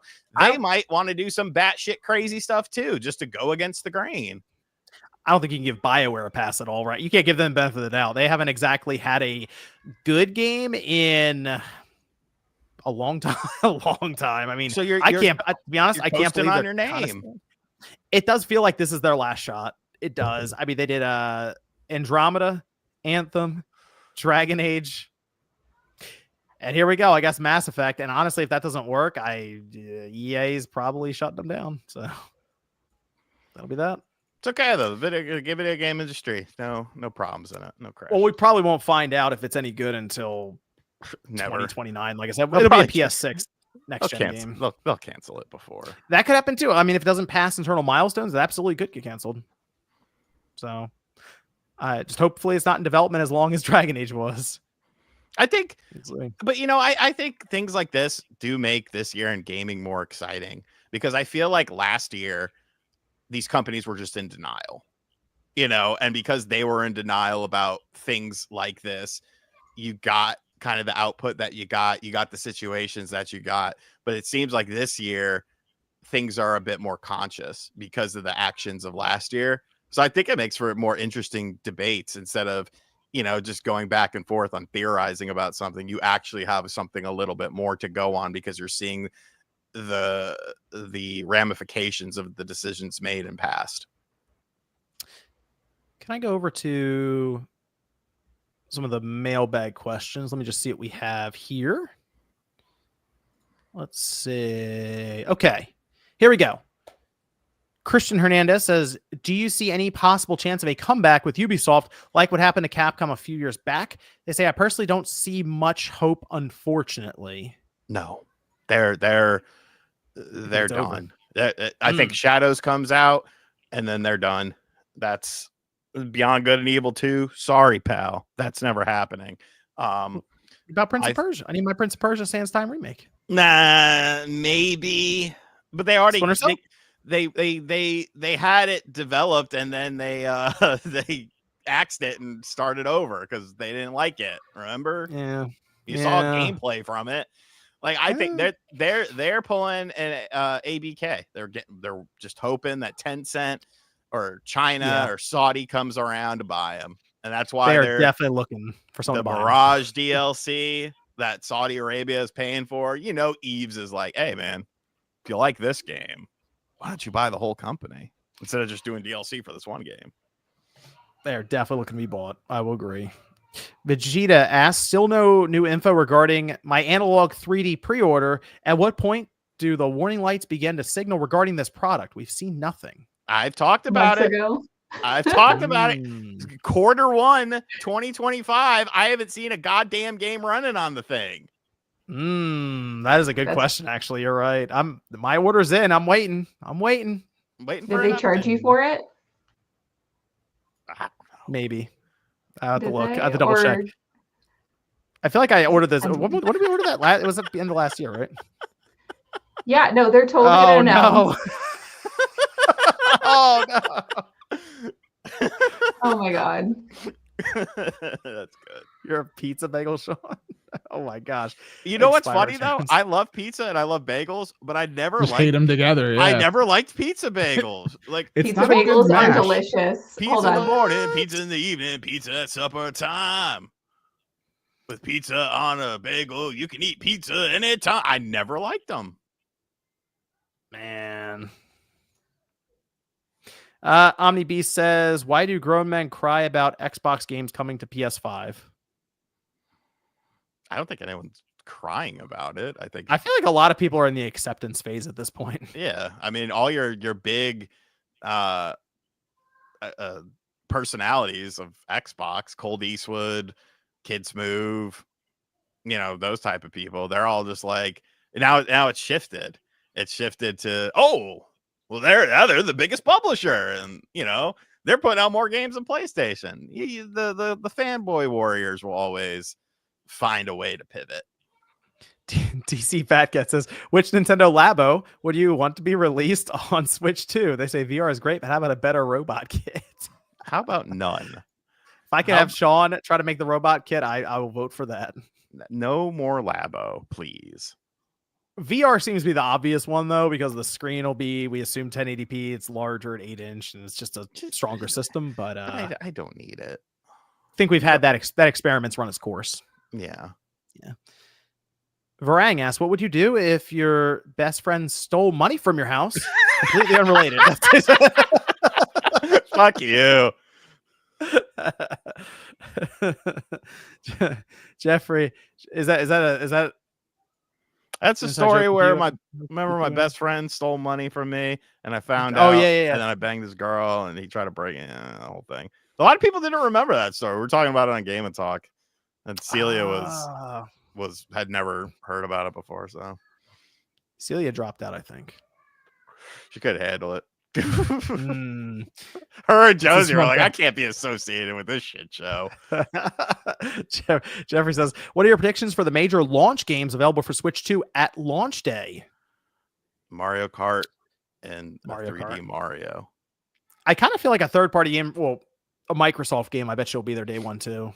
Yeah, I think That so. wouldn't shock me. Something like that. Your typical a Ubisoft game, probably. Well, aren't they? Wasn't the rumor that they're trying to put like everything that they've ever made on there? I feel like they're going to pick they're going to pick one for launch. I don't know if you throw like 5 games at it at launch, but like you pick something for it. I don't know. I mean, look at the Wii U's launch. The last time Nintendo was coming off of a successful system, you got a barrage of stuff.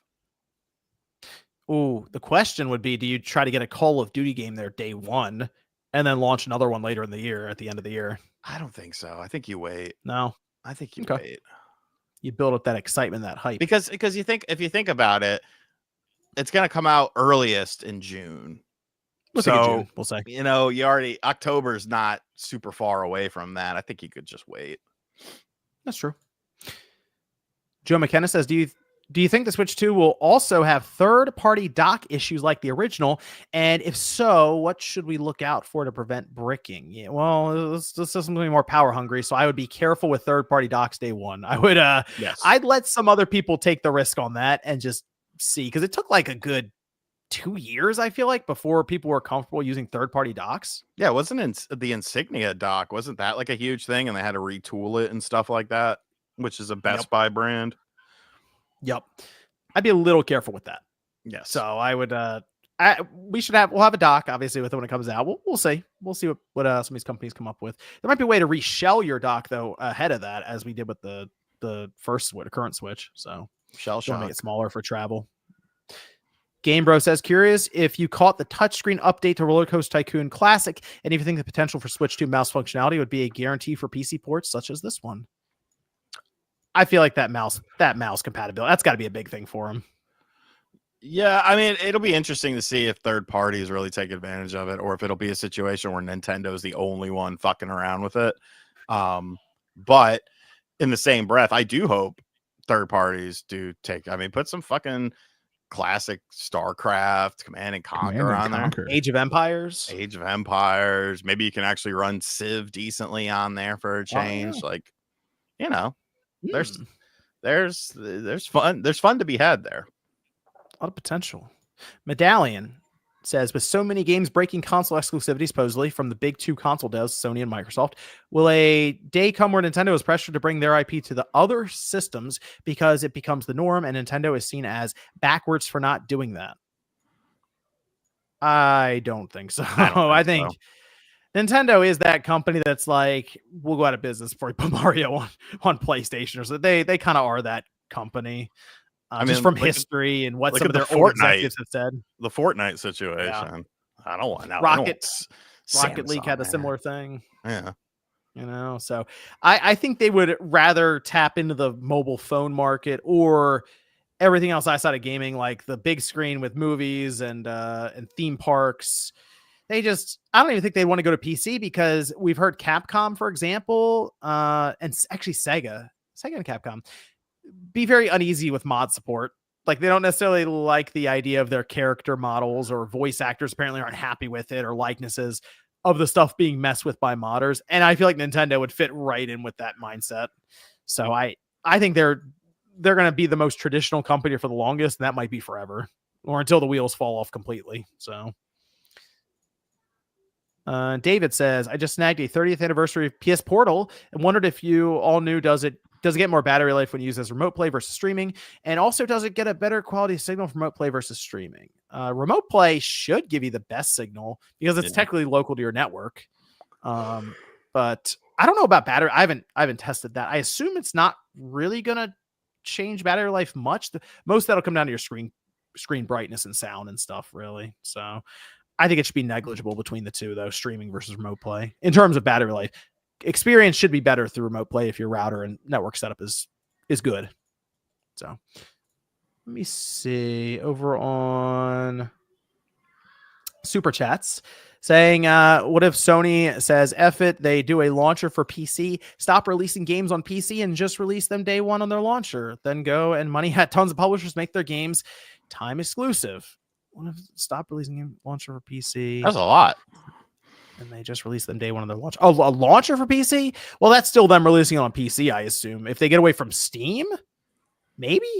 Maybe. It could just end up like Epic, where it's like, oh, this will work, and it just doesn't really. Could be. It could be. Dark Requiem says each Dragon Age game was different, but unlike Veilguard, the writing Requiem, was you idiot. No, let him pronounce it wrong. It's hilarious.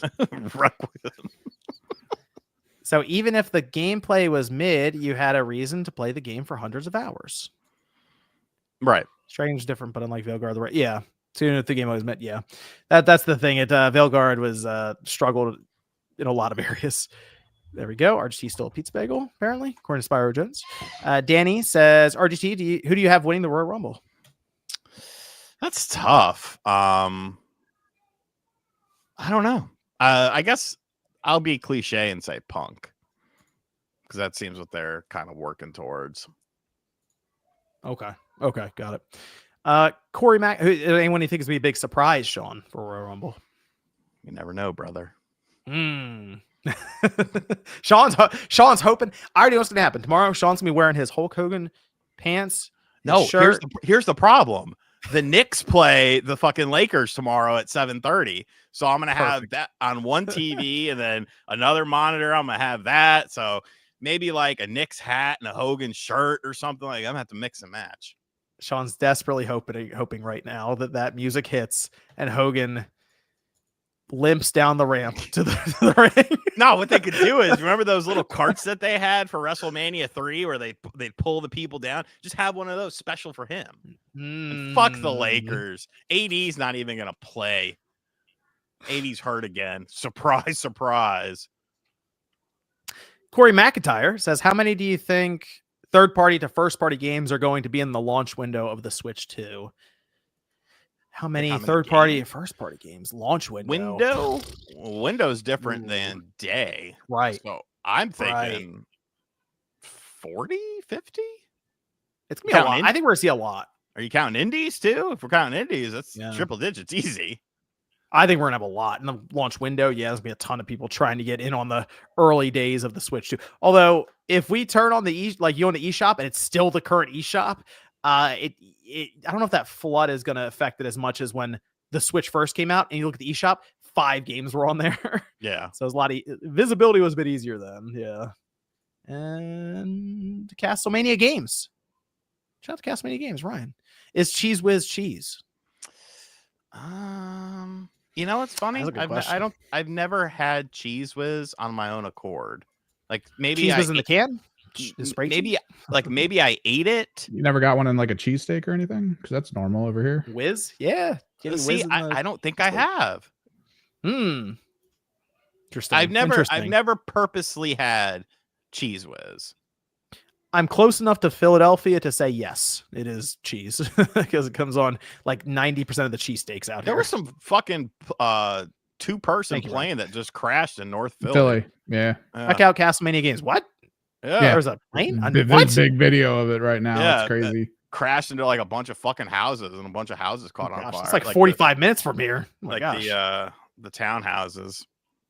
It wasn't like a big passenger plane. It was a private plane. It was like a medical thing. Medical Airbus. What's going on out there?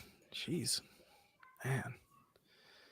Well, I think that's everything here. Let me double check. Yep, that is everything. All right. Cool.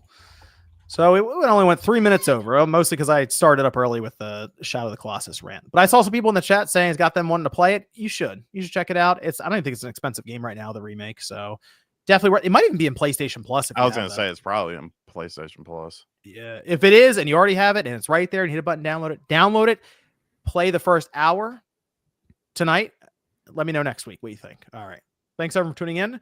Again, I got everyone's links down below in the description. Check them out. Thanks for joining us on Spawncast tonight. We'll be back next Friday night, 6 p.m. around there, unless I play another game and have to go live early, which I might. We'll see. We'll see you guys then.